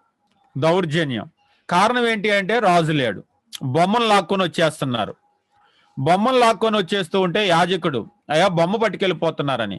అవును, నువ్వు ఒక ఇంటికి యాజకుడిగా ఉంటే మంచిదా, లేకపోతే మా ఒక గోత్రానికి యాజకుడిగా ఉంటే మంచిదా చూసుకో అని చెప్పేసి అన్నారు. అవును, మీకా దగ్గర ఉంటే ఒక ఇంటికే యాజకుడు, అదే ఇక్కడికి వచ్చేస్తే దానియులకు యాజకుడు, అంటే ఒక గోత్రానికి యాజకుడు అవుతాడు. అంటే పోస్ట్ పెరిగిందనమాట. మన భాషలో చెప్పాలంటే ప్రమోషన్ వచ్చింది. ఒక ఇంటికి యాజకత్వం నుంచి ఒక గోత్రానికి యాజకత్వం వచ్చింది. ఓకే, డీల్ డన్ అని చెప్పేసి అన్నాడు. మళ్ళా కుదిరింది అనమాట డీల్. ఓకే, అయితే నేను మీతో వచ్చేస్తానని బొమ్మను తీసుకున్నారు. అక్కడ ఉన్నటువంటి యాజకుడిని తీసుకున్నారు. యాజకుడిని కూడా తీసుకొని ఇంతకాలం మీకా దగ్గర ఆహారం తిన్నాడు. మీకాకి ఆయన మేలు చేయకుండా యాజకుడు వీళ్ళతో బయలుదేరాడు. ఇప్పుడు మీకా వాళ్ళ వెనకాల పడ్డాడు. వాళ్ళ వెనకాల పడి నా బొమ్మ నా యాజకుడు, నా బొమ్మ నా యాజకుడు అంటున్నారు. ఈ దానియులు ఏం చేశారంటే, నువ్వు మర్యాదగా ఇక్కడి నుంచి వెళ్ళిపోతే నీ ప్రాణం దక్కిద్ది, నువ్వు మా వెంట పడితే నీ ప్రాణం కూడా పోయిద్ది అన్నాడు. మీకాకు అర్థమైంది పరిస్థితి. మీకాకు అర్థమయ్యి, ఇంకా నేను బొమ్మ యాజకుడు అంటే నా ప్రాణం కూడా పోయే పరిస్థితి ఉంది. ఏమిటంటే దౌర్జన్యం. ఇజ్రాయేలుకి రాజు లేడు, ప్రతివాడు వాళ్ళ ఇష్టాను ప్రకారంగా చేస్తూ ఉన్నాడు. కాబట్టి వీళ్ళు ఏం చేసుకున్నారంటే, అక్కడ ఉన్నటువంటి బొమ్మని, అక్కడ ఉన్నటువంటి యాజకుల్ని తీసుకొని వచ్చి వీళ్ళు పెట్టుకున్నారు. ఇక్కడ మనం చూసాం మొత్తము ఏం చేశాడంటే, ఒకటి మీకా కుటుంబం ఎట్లా ఉందో చూపించాడు, ఇజ్రాయేలుకి రాజు లేడు. 2, ఒక లేవీయుడు ఎట్లున్నాడో చూపించాడు 17వ అధ్యాయంలో. 3, 18వ అధ్యాయంలో దానియులు ఎట్లా ఉన్నారో చూపించాడు. దానియులు అంటే ఒక గోత్రం, ఒక గోత్రమే కాదు దేశం ఎట్లుందో కూడా తర్వాత చూపిస్తాడు. తర్వాత బెన్యామీను అనేటువంటి వాళ్ళు ఉన్నారు కదా, ఈ బెన్యామీనీయులు ఎట్లున్నారో చూపిస్తాడు. ఒక గోత్రం, మోస్ట్ వికెట్ కండిషన్, వాళ్ళ పరిస్థితి ఎట్లా ఉందంటే చాలా దుర్మార్గమైనటువంటి పరిస్థితిలో ఉన్నారు. దీన్నే మనం ఏమంటామంటే భ్రష్టత్వము. ఏం చేయొచ్చు ఏం చేయకూడదు అనే దాన్ని దేవుని వాక్యాన్ని తీసుకొని ఆలోచన చేయటమే లేదు. బైబిల్లో ఏముంది, దేవుడు ఏం చెప్తున్నాడు, ధర్మశాస్త్రం ఏం చెప్తుంది అనేటువంటి ఆలోచన లేనే లేదు. ప్రతివాడు తన తన ఇష్టానుసారము అంతే. ఏమిటి అంటే ఒకే మాట, తన ఇష్టం అంతే. మీకా కుటుంబం బొమ్మ చేయటం ఆయన ఇష్టమే, పెట్టడం ఆయన ఇష్టమే. లేవీడు నువ్వు యాజకుడిగా ఉంటావా అంటే జీతం కుదిరితే డన్, ఉండటం ఉండకపోవటం ఆయన ఇష్టమే. ఇక్కడ ఉండాలా లేకపోతే దానియులకు ఉండాలా ఆయన ఇష్టమే. దానియులు వెళ్తూ వెళ్తూ ఆ బొమ్మను వీలు లాక్కెళ్ళి వీలు పెట్టుకుంటున్నారు. అలా పెట్టవచ్చా పెట్టకూడదా అనేటువంటిది ఏమీ లేదు. అవును లాకీష్ మీదకి వెళ్తున్నాం, మనం లాకీష్ మీద కాదు కదా, చీటు వేసి ఆ భాగం కదా ఇచ్చాడు అనేటువంటిది లేదు. ఏది సెలెక్ట్ చేసుకోవాలనేటువంటిది వాళ్ళ ఇష్టం.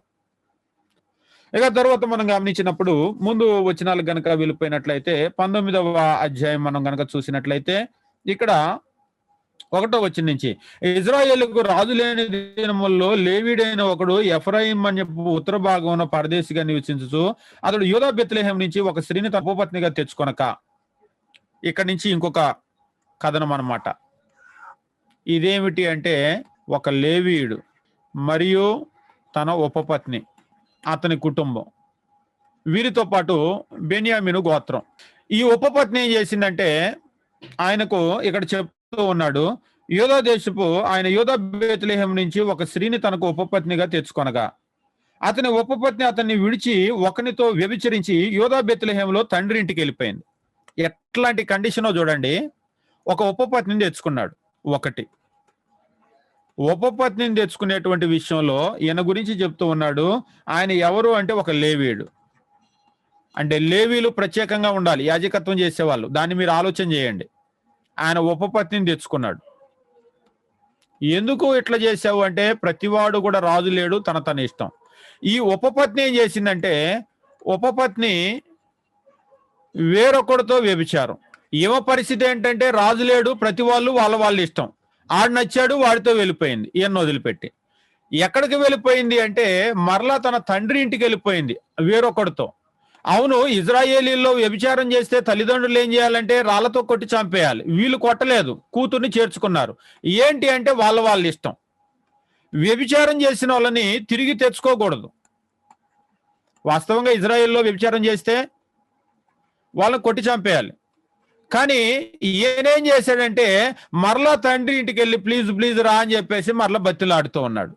బతిలాడుతూ ఉంటే అసలు చూడండి సిస్టమ్ అంతా కూడా ఎట్లా ఉందంటే టోటల్ దేవుని వాక్యానికి ఎగనెస్ట్ గానే ఉంది. ప్రజలందరూ కూడా వాళ్ళ కండిషన్ ఎట్లా ఉందో ఒక్కొక్కరిని గురించి విప్పి చెప్తూ ఉంటే ఎంత లోపలికి వెళ్తే అంత వ్యతిరేకంగా ఉంది దేవుని వాక్యానికి. అంటే ఆ రోజే కాదు, ఈ రోజు కూడా మీరు చూస్తూ ఉండండి ఎట్లా ఉంది క్రైస్తవుల పరిస్థితి అని. కాసేపు గనక మనం ఆలోచన చేస్తే క్రైస్తవులు పేరుకి క్రైస్తవులు, అంతేగాని వాక్య ప్రకారం నేను క్రైస్తవున్నా అని చెప్పేసి చూడరు. వాక్య ప్రకారం క్రైస్తవులా అంటే ఒక వ్యక్తి నమ్మి బాప్తిసం పొందితేనే గానీ రక్షింపబడడు, క్రైస్తవుడు అవడు. కానీ ఇవాళ క్రైస్తవులు అంటే క్రైస్తవులకు పుడితే క్రైస్తవులు, హిందువులకు పుట్టిన వాళ్ళు హిందువులు ఎలాగో, ముస్లింలకు పుట్టిన వాళ్ళు ముస్లింలు ఎలాగో, క్రైస్తవులకు పుడితే క్రైస్తవులు. కానీ దేవుని వాక్యం అట్లా చెప్పటం లేదు. కాబట్టి వాళ్ళు పేరుకే క్రైస్తవులు.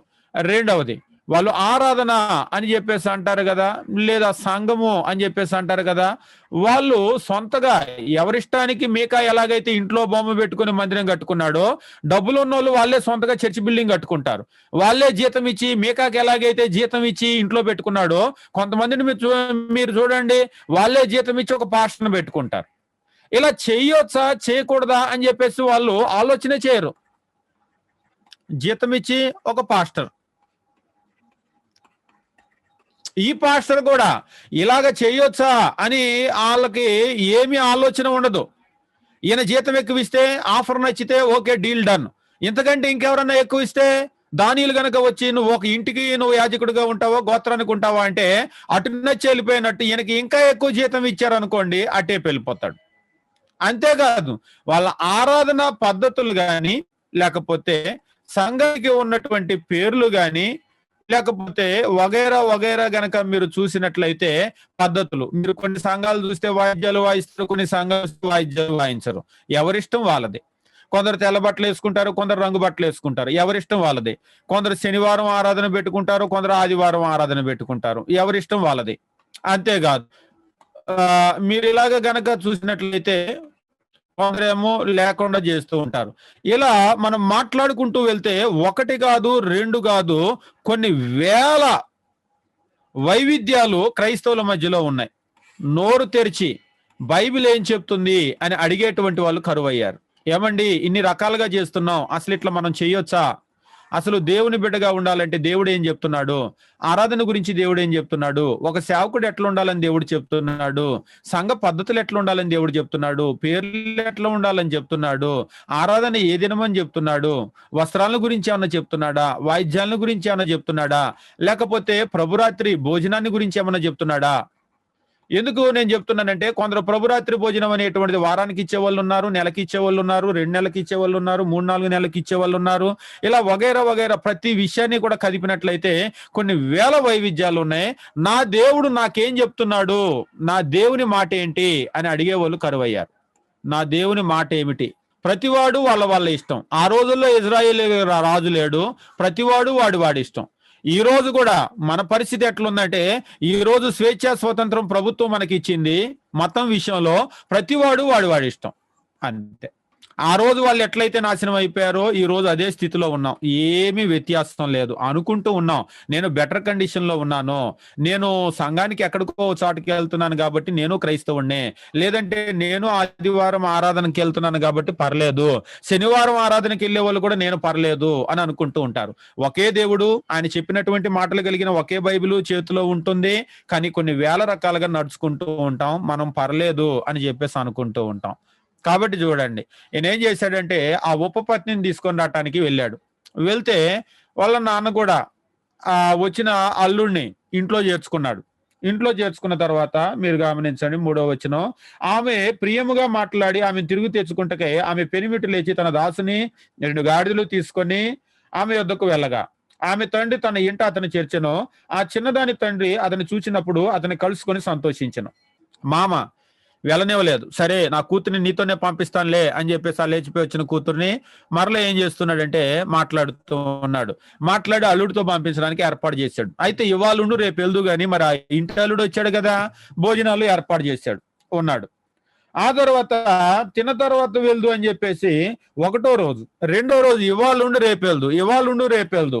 5వ వచనం, 4వ నాడు వారు వేకువజామున వెళ్ళుటకు నిద్ర మేల్కొనగా అతడు లేవసాగాను. అయితే చిన్నదాని తండ్రి నువ్వు కొంచెం ఆహారం పుచ్చుకో అని చెప్పేసి అంటే ఇక ఆయన చెప్పేశాడు, 1 రోజు అయింది, 2 రోజులు అయింది, ఇంకా ఆహారం కాదు ఏం కాదు, ముందు మమ్మల్ని బయలుదేరనే అని తన ఉపపత్నిని తీసుకొని బయలుదేరి వెళ్తున్నాడు. వెళ్తూ వెళ్తూ ఏమైందంటే మార్గ మధ్యంలో చీకటి పడిపోయింది. చీకటి పడిపోయినప్పుడు ఇక చీకటి పడితే ఏ ఊరైతే ఉంటుందో ఆ ఊర్లో ఉండిపోతారు. ఆ ఊర్లో ఉండిపోతే ఏమవుతుందంటే దేవుడు వాళ్ళకు ఆతిథ్యం ఇచ్చేటువంటి విషయాన్ని చెప్పాడు. ఆతిథ్యం సాయంత్రం అయిపోతే ఊరి గవిన్ దగ్గరకు, ఆ ఊరు దాటి వెళ్ళేటప్పుడు చీకటి పడిపోయింది అనుకోండి, ఊరిలో గవిన్ దగ్గరకు వాళ్ళు వస్తారు. ఊరి గవిన్ దగ్గరకు వచ్చినప్పుడు అంటే ఆ ఊరు ద్వారం ఉంటుంది కదా, ఆ ద్వారం దగ్గరకు వస్తారనమాట. ద్వారం దగ్గరకు వచ్చినప్పుడు సాయంత్రం పూట ఎవరైనా వచ్చేలాగా చూసి, పరదేశీలు ఎవరైనా గనక ఉన్నట్లయితే, అంటే పరదేశీ అంటే ప్రయాణం చేసేటువంటి యాత్రికుడు కూడా కావచ్చు, ఆ ఊరికి ఆయన పరవాసి అనమాట. అటువంటి వాళ్ళు ఉన్నట్లయితే ఆ రాత్రి ముక్కు మొహం తెలియకపోయినా వాళ్ళ ఇంట్లో తీసుకెళ్లి వాళ్ళ ఇంట్లో పెట్టుకొని వాళ్ళకి ఆతిథ్యం ఇవ్వాలి. అది దేవుడు వాళ్ళకి చెప్పింది. మనకు కూడా ఆతిథ్యం మరొకటి అంటాడు హెబ్రీలకు రాసిన పత్రిక. ఎప్పుడో అబ్రహాం టైం నుంచి వాళ్ళు చేస్తున్నటువంటిది, చేయాల్సినటువంటిది ఈ రోజు కూడా. కాబట్టి ఆయన వచ్చాడు. ఆయన వచ్చి ఏం చేశాడంటే వెళ్తూ వెళ్తూ వెళ్తూ ఆయన బెన్యామీనుల గిబియా దగ్గరకు వచ్చాడు. గిబియా పట్టణం రాత్రి అయిపోయింది. ఎవరిది గిబియా పట్టణం అంటే ఇది బెన్యామీను గోత్రానికి చెందినటువంటి పట్టణం. ఎవరూ పిలవలేదు. ఆతిథ్యం అని దేవుడు చెప్పాడు కానీ ఎవరూ పిలవలేదు. ఆ దేశ ప్రజలు, ఆ గోత్రంలో ఉన్నటువంటి ప్రజలు. ఎందుకు ఇవ్వలేదు అంటే వాళ్ళ ఇష్టం. ఇజ్రాయేల్కి రాజు లేడు, ప్రతివాడు వాళ్ళ ఇష్టం. ఊర్లో ఎవడూ పట్టించుకోలేదు కానీ పాపం ఒక ముసలివాడు వచ్చాడు సాయంత్రానికి పొలంలో పని చేసుకొని. వచ్చి అయ్యా ఏంటి ఇక్కడ ఉన్నావు అని చెప్పేసి అడిగాడు. 6వ వచనం, ఒక ముసలివాడు పొలంలో తన పని నుండి వచ్చిన ఎఫ్రాయిములు మన దేశం నుంచి వచ్చి గిబియాలో ఉన్నాడు. ఈయన ఎక్కడి నుంచి వచ్చాడంటే ఎఫ్రాయిలు మన్యం అంటే అక్కడ మేకా ఇల్లు ఉంది కదా, అక్కడి నుంచి వచ్చి ఇక్కడ ఉన్నాడు. అంటే మీరు చూడండి, ఎవరెవరు ఎక్కడెక్కడికో వెళ్ళిపోయి అక్కడక్కడ సెటిల్ అవుతున్నారు. ఎవరు స్వాస్థ్యాన్ని అంటిపెట్టుకొని ఉండటం లేదు. ఏమిటి అంటే వాళ్ళ ఇష్టం. ఈయన ముసలివాడు, నువ్వు నా ఇంటికి రాయ్యా, నా ఇంట్లో ఉండు అని ముసలివాడు అన్నాడు. ఈ ముసలివాడు ఇంట్లోకి వెళ్ళిపోయి ఆ ఇంట్లో ఉన్నారు.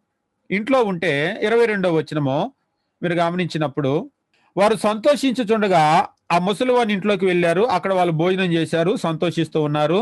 ఆ ఊర్లో కొందరు పోకిరులు, తెలుగు బైబిల్లో పోకిరి అనే రాశాడు, కొందరు పోకిర్లు ఆ ఇల్లు చుట్టుముట్టి తలుపు కొట్టి, నీ ఇంటికి వచ్చిన మనిషిని మేము ఎరుగునట్లు అతన్ని బయటికి తేమని ఆ ఇంటి యజమాని ముసలివానితో అనగా, నీ ఇంటికి వచ్చినటువంటి మనిషిని మేము ఎరగటానికి ఆ మనిషిని బయటికి పంపించు. ఒకవేళ మీరు కనుక చూసినట్లయితే హోమోసెక్సువాలిటీ ఆర్ లెస్బినిజం, దీన్ని మనము తెలుగులో గనక చూసినట్లయితే స్వలింగ సంపర్కము అని చెప్పేసి అంటాం కదా, ఇవన్నమాట. వాస్తవంగా కనాను దేశంలో ఉన్నటువంటి వాళ్ళందరినీ కూడా ఆడ మగ పిల్ల పెద్ద లేకుండా నరికేయమన్నది ఇందుకే. మొత్తం వాళ్ళు హేయమైనటువంటి కార్యాలు చేస్తూ ఉన్నారు. వాళ్ళనందరినీ కూడా ఈ దేశం నేను ఖాళీ చేపిస్తున్నాను అన్నాడు. మీకు జ్ఞాపకం ఉందో లేదో, లేవీకాండంలో మనం చదివాం. ఇప్పుడు ఇజ్రాయేలీల పరిస్థితి ఎట్లా అయిపోయిందంటే సేమ్ ఇదే కండిషన్ లోకి వచ్చేసారు. అది కూడా ఇంటికి, వాళ్ళ దేశానికి వచ్చినటువంటి ఒక అతిథిని నువ్వు బయటకు తీసుకొని రా, ఎవడో కొత్తోడు వచ్చాడంట కదా, బయటకు తీసుకొని రా అని చెప్పేసి అంటున్నాడు. అంటే ఇంటి యజమానుడైన ఆ మనుషుడు వారి యొద్దకు బయలు వెళ్ళి, నా సహోదరులారా, అది కూడదు, అటు దుష్కార్యము చేయకూడదు. ఈ మనుషుడు నా ఇంటికి వచ్చిన గనక మీరు ఈ వెర్రి పని చేయకూడే. ఇదిగో కన్యక అయిన నా కుమార్తె ఆ మనుషుడి ఉపపత్ని ఉన్నారు. నేను వారిని బయటకు తీసుకొని వస్తాను. మీరు వారిని నీచపరిచి మీ ఇష్ట ప్రకారంగా వారి యొద్ద జరిగించవచ్చును గాని ఈ మనుషుడిని చేయొద్దు. వద్దయ్యా, ఇలాంటి హోమోసెక్సువాలిటీ వద్దు. కావాలంటే ఆయన చెప్తూ ఉన్నాడు చూడండి, కావాలంటే నాకు ఒక కూతురు ఉంది, నాకు ఒక కుమార్తె ఉంది, నా కుమార్తెని నేను తెస్తాను. అంతేకాదు ఆయనకు ఒక ఉపపత్ని ఉంది, ఆ ఉపపత్నిని, ఇద్దరు ఆడోళ్ళని తెస్తాను. కావాలంటే ఆడోళ్ళని మీరు ఏమైనా చేయండి కానీ అలా మగ మనిషిని మాత్రం చేయొద్దు, అది కూడదు అని చెప్పేసి అంటున్నాడు. నిజంగా ఇది చూడండి, ఈయన తీసుకొని రావడానికి నీ కూతురుంది నువ్వు అప్పచెప్పడానికి నీ ఇష్టమేనా? ఆ రోజుల్లో ఇజ్రాయేల్కి రాజు లేడు, ప్రతివాడు తన ఇష్టం, ఎవరి నిర్ణయం వాళ్ళు తీసుకోవటమే. కాబట్టి ఏం చేశారంటే తీసుకొని వచ్చి వాళ్ళని అప్పచెప్పారు. తెల్లారే వరకు కూడా వీళ్ళని పాడు చేశారు. వాళ్ళు పాడు చేసి పాపం ఉదయం వరకు 25వ వచనం, అతని మాట వింటకు వారికి మనసు లేకపోయిన గనుక ఆ మనుషుడు బయటనున్న వారి యొద్దకు ఉపపత్నిని తీసుకుని పోగా వారు ఆమెను కూడి ఉదయం వరకు ఆ రాత్రి అంతా ఆమెను చెరుపుచుండిరి, తెల్లారేదాకా చెరిపారు. తెల్లవారుగా వారు ఆమెను విడిచి వెళ్ళారు. ప్రాతకాలమున అంటే ఉదయాన్నే స్త్రీ వచ్చి వెలుగు వచ్చే వరకు తన యజమానున్న ఆ మనిషిని ఇంటి ద్వారం పడి ఉంది. వాళ్ళు వెళ్ళిపోయిన తర్వాత పాపం ఆమె వచ్చి వచ్చి వచ్చి వచ్చి ఇంటి ద్వారం, ఇంటి తలుపులేసేస్తారు కదా, లోపల భర్తున్నాడు, ఇంటి ద్వారంన పడి ఉంది. ఇంటి ద్వారంలో పడిపోయి ఉంటే తెల్లారి భర్త బయటకు వచ్చాడు. బయటకు వచ్చేసి పదేళ్దాం అని ఆమెను లేపుతున్నాడు. పదేళ్దాం అని ఆమెను లేపితే ఆమె ప్రాణం లేదు, అప్పటికే చనిపోయింది. తెల్లారే వరకు ఎంతమంది చెరిపారో ఊర్లో వాళ్ళు మనకి చెప్పలేదు, ఆమె ప్రాణం పోయింది. ఎవడిష్టం వాళ్ళదే. పేరుకు దేవుని దేశము, దేవుని ప్రజలు, కానీ ఎవడిష్టం వాళ్ళదే. ఈ రోజు క్రైస్తవులు కూడా అంటే ఇలాంటి పరిస్థితుల్లో లేరా అని చెప్పేసి అంటారు. చాలా హేయమైనటువంటి కార్యాలు చేసే వాళ్ళు కూడా వాళ్ళ సంఘంలో ఉన్నారు. ఒకళ్ళిద్దరు భార్యలను పెట్టుకున్న వాళ్ళు ఉన్నారు, పక్క వాళ్ళ భార్యతో ఇలాగే వెళ్ళేటువంటి వాళ్ళు ఉన్నారు, ఇంకా చాలా చాలా హేయమైన నీచమైన కార్యాలు చేసేటువంటి వాళ్ళు ఉన్నారు. చనిపోయింది. ఇప్పుడు ఆ లేవీడు ఏం చేశాడంటే, ఇప్పుడు ఏం చేయాలి, కనుక న్యాయం కావాలంటే ఎవరి దగ్గరికి వెళ్తాడు? ఆ భార్యను తీసుకున్నాడు. ఆ భార్యను తీసుకొని 29వ వచనము, అతడు తన ఇంటికి వచ్చి కత్తి పట్టుకొని 12 ముక్కలుగా నరికాడు భార్యని. 12 ముక్కలుగా నరికి 12 గోత్రాల స్వాస్థ్యాల్లో వేశాడు. 12 గోత్రాల స్వాస్థ్యాల్లో ఒక్కొక్క స్వాస్థ్యంలో ఒక్కొక్క ముక్కను పడేశాడు. గుర్తు తెలియనటువంటి శవాన్ని గురించి ఏం చేయాలి అని ద్వితీయోపదేశకాండం 21వ అధ్యాయం 1 నుంచి 9 వచనాల్లో చదివాం. ఒకవేళ గుర్తు తెలియని శవం ఉంటే వాళ్ళు ఊర్లో వాళ్ళు వచ్చి ఏ ఊరుకు దగ్గరగా ఉందో వాళ్ళు దాని గురించినటువంటి ఆ ముగింపు కార్యక్రమాలు ఉంటాయి కదా, అవి చేయాలి. ఇప్పుడు వచ్చారు, ఒక్కొక్క ముక్క పడేస్తుంది.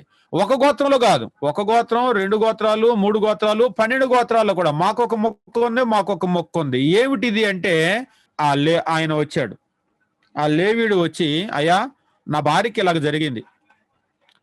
ఎక్కడ జరిగింది ఇలాగ జరిగింది అని చెప్పేసి అంటే, పలానా గిబియా పట్టణంలో నా భార్యకి ఇలాగ జరిగింది, ఈ గిబియా వాళ్ళు ఇలాగ చేశారు, మరి నాకు న్యాయం తీర్చండి అని అన్నాడు.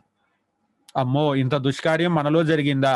దేవుడు మన దేశాన్ని మొత్తాన్ని కూడా తీసేస్తాడు కదా, ఈ పని చేసినందుకే కదా వాళ్ళని తీశాడు అని చెప్పేసి వీళ్ళందరూ కూడా వచ్చి ఈ గిబియాలో ఉన్నటువంటి పోకిర్లు ఉన్నారు కదా, ఇది చేసిన వాళ్ళు, ఈ పోకిర్లను అప్పగించండి అని చెప్పేసి అన్నారు.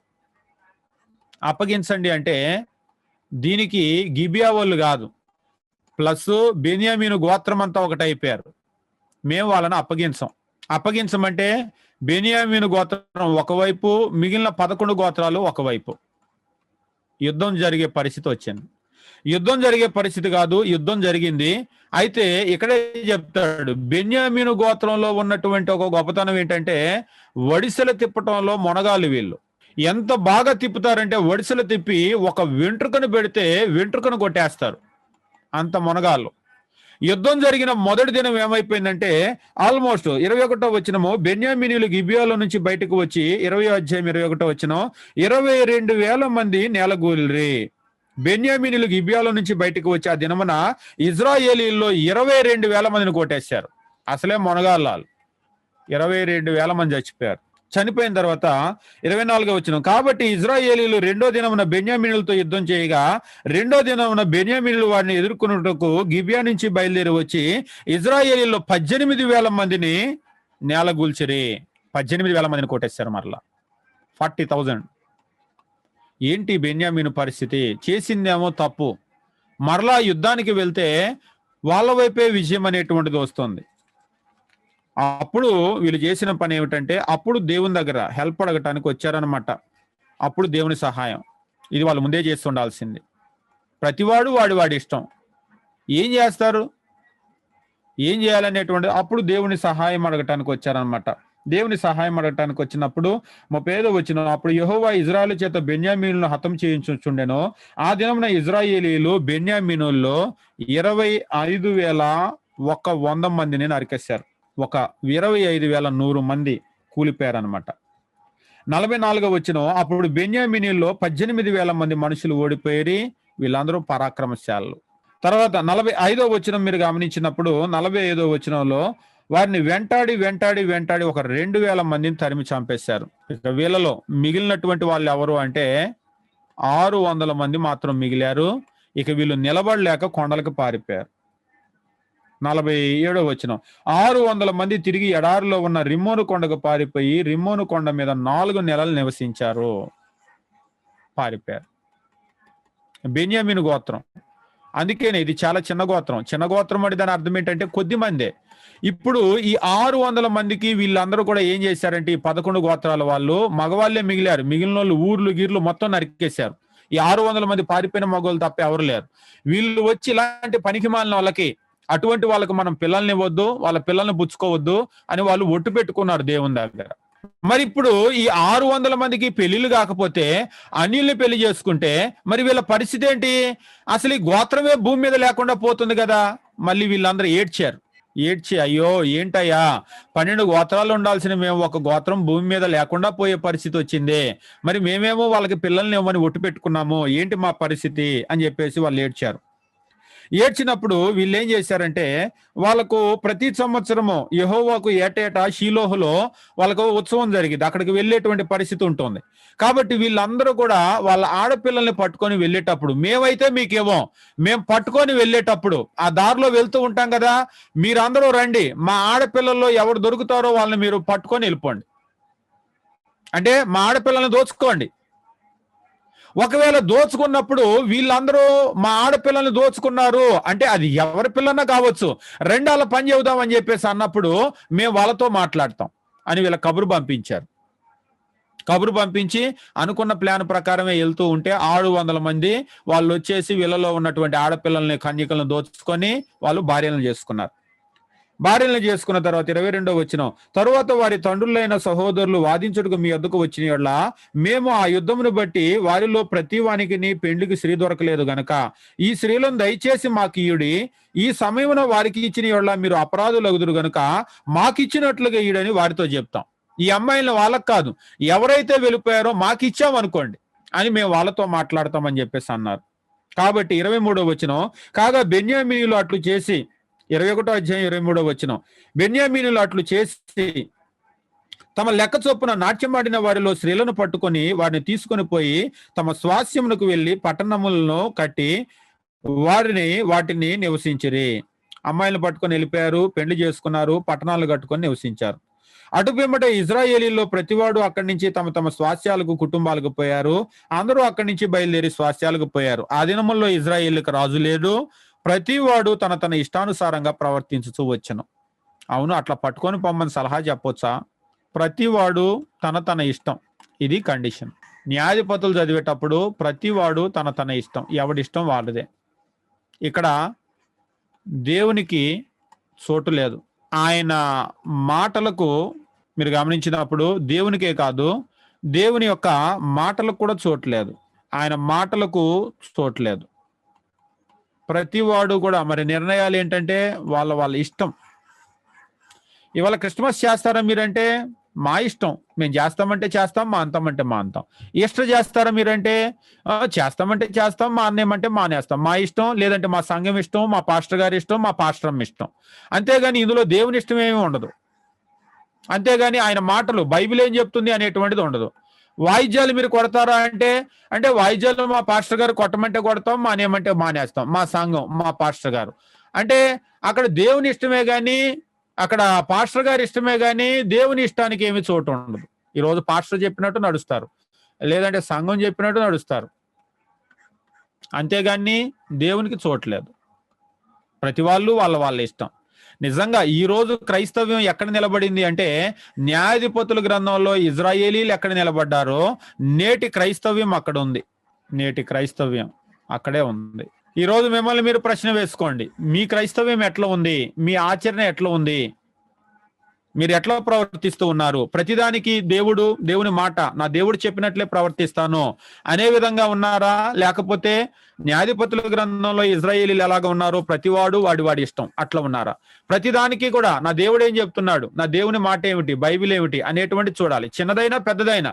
కొందరు అంటారు ప్రతిదానికి బైబిల్ అంటారు ఏంటండి అని. అవును, ప్రతిదానికి కూడా బైబిలే. ప్రతిదానికి దేవుని మాటే. ఆయన మాటను దాటి కుడికి వెళ్ళకూడదు, ఎడమకి వెళ్ళకూడదు. ఇది దేవుడు యెహోషువకు చెప్పిన మాట. ఇక ఆ తర్వాత పదే పదే చెప్తూనే ఉంటాడు, కుడికి తొలగకూడదు, ఎడమకి తొలగకూడదు. నేడు కూడా మనం కుడికి గాని ఎడమకి గాని తొలగకుండా ఉంటే మనం దీవించబడతాం. లేదు అంటే వాళ్ళు ఎక్కడ ఉన్నారో మనం కూడా అక్కడే ఉంటాము. మన పరిస్థితి కూడా అలాగనే నశించిపోతుంది. ఇది మీకు బ్రేక్ టైము. బ్రేక్ వెళ్ళొస్తే తర్వాత మళ్ళీ స్టార్ట్ చేసుకుందాం.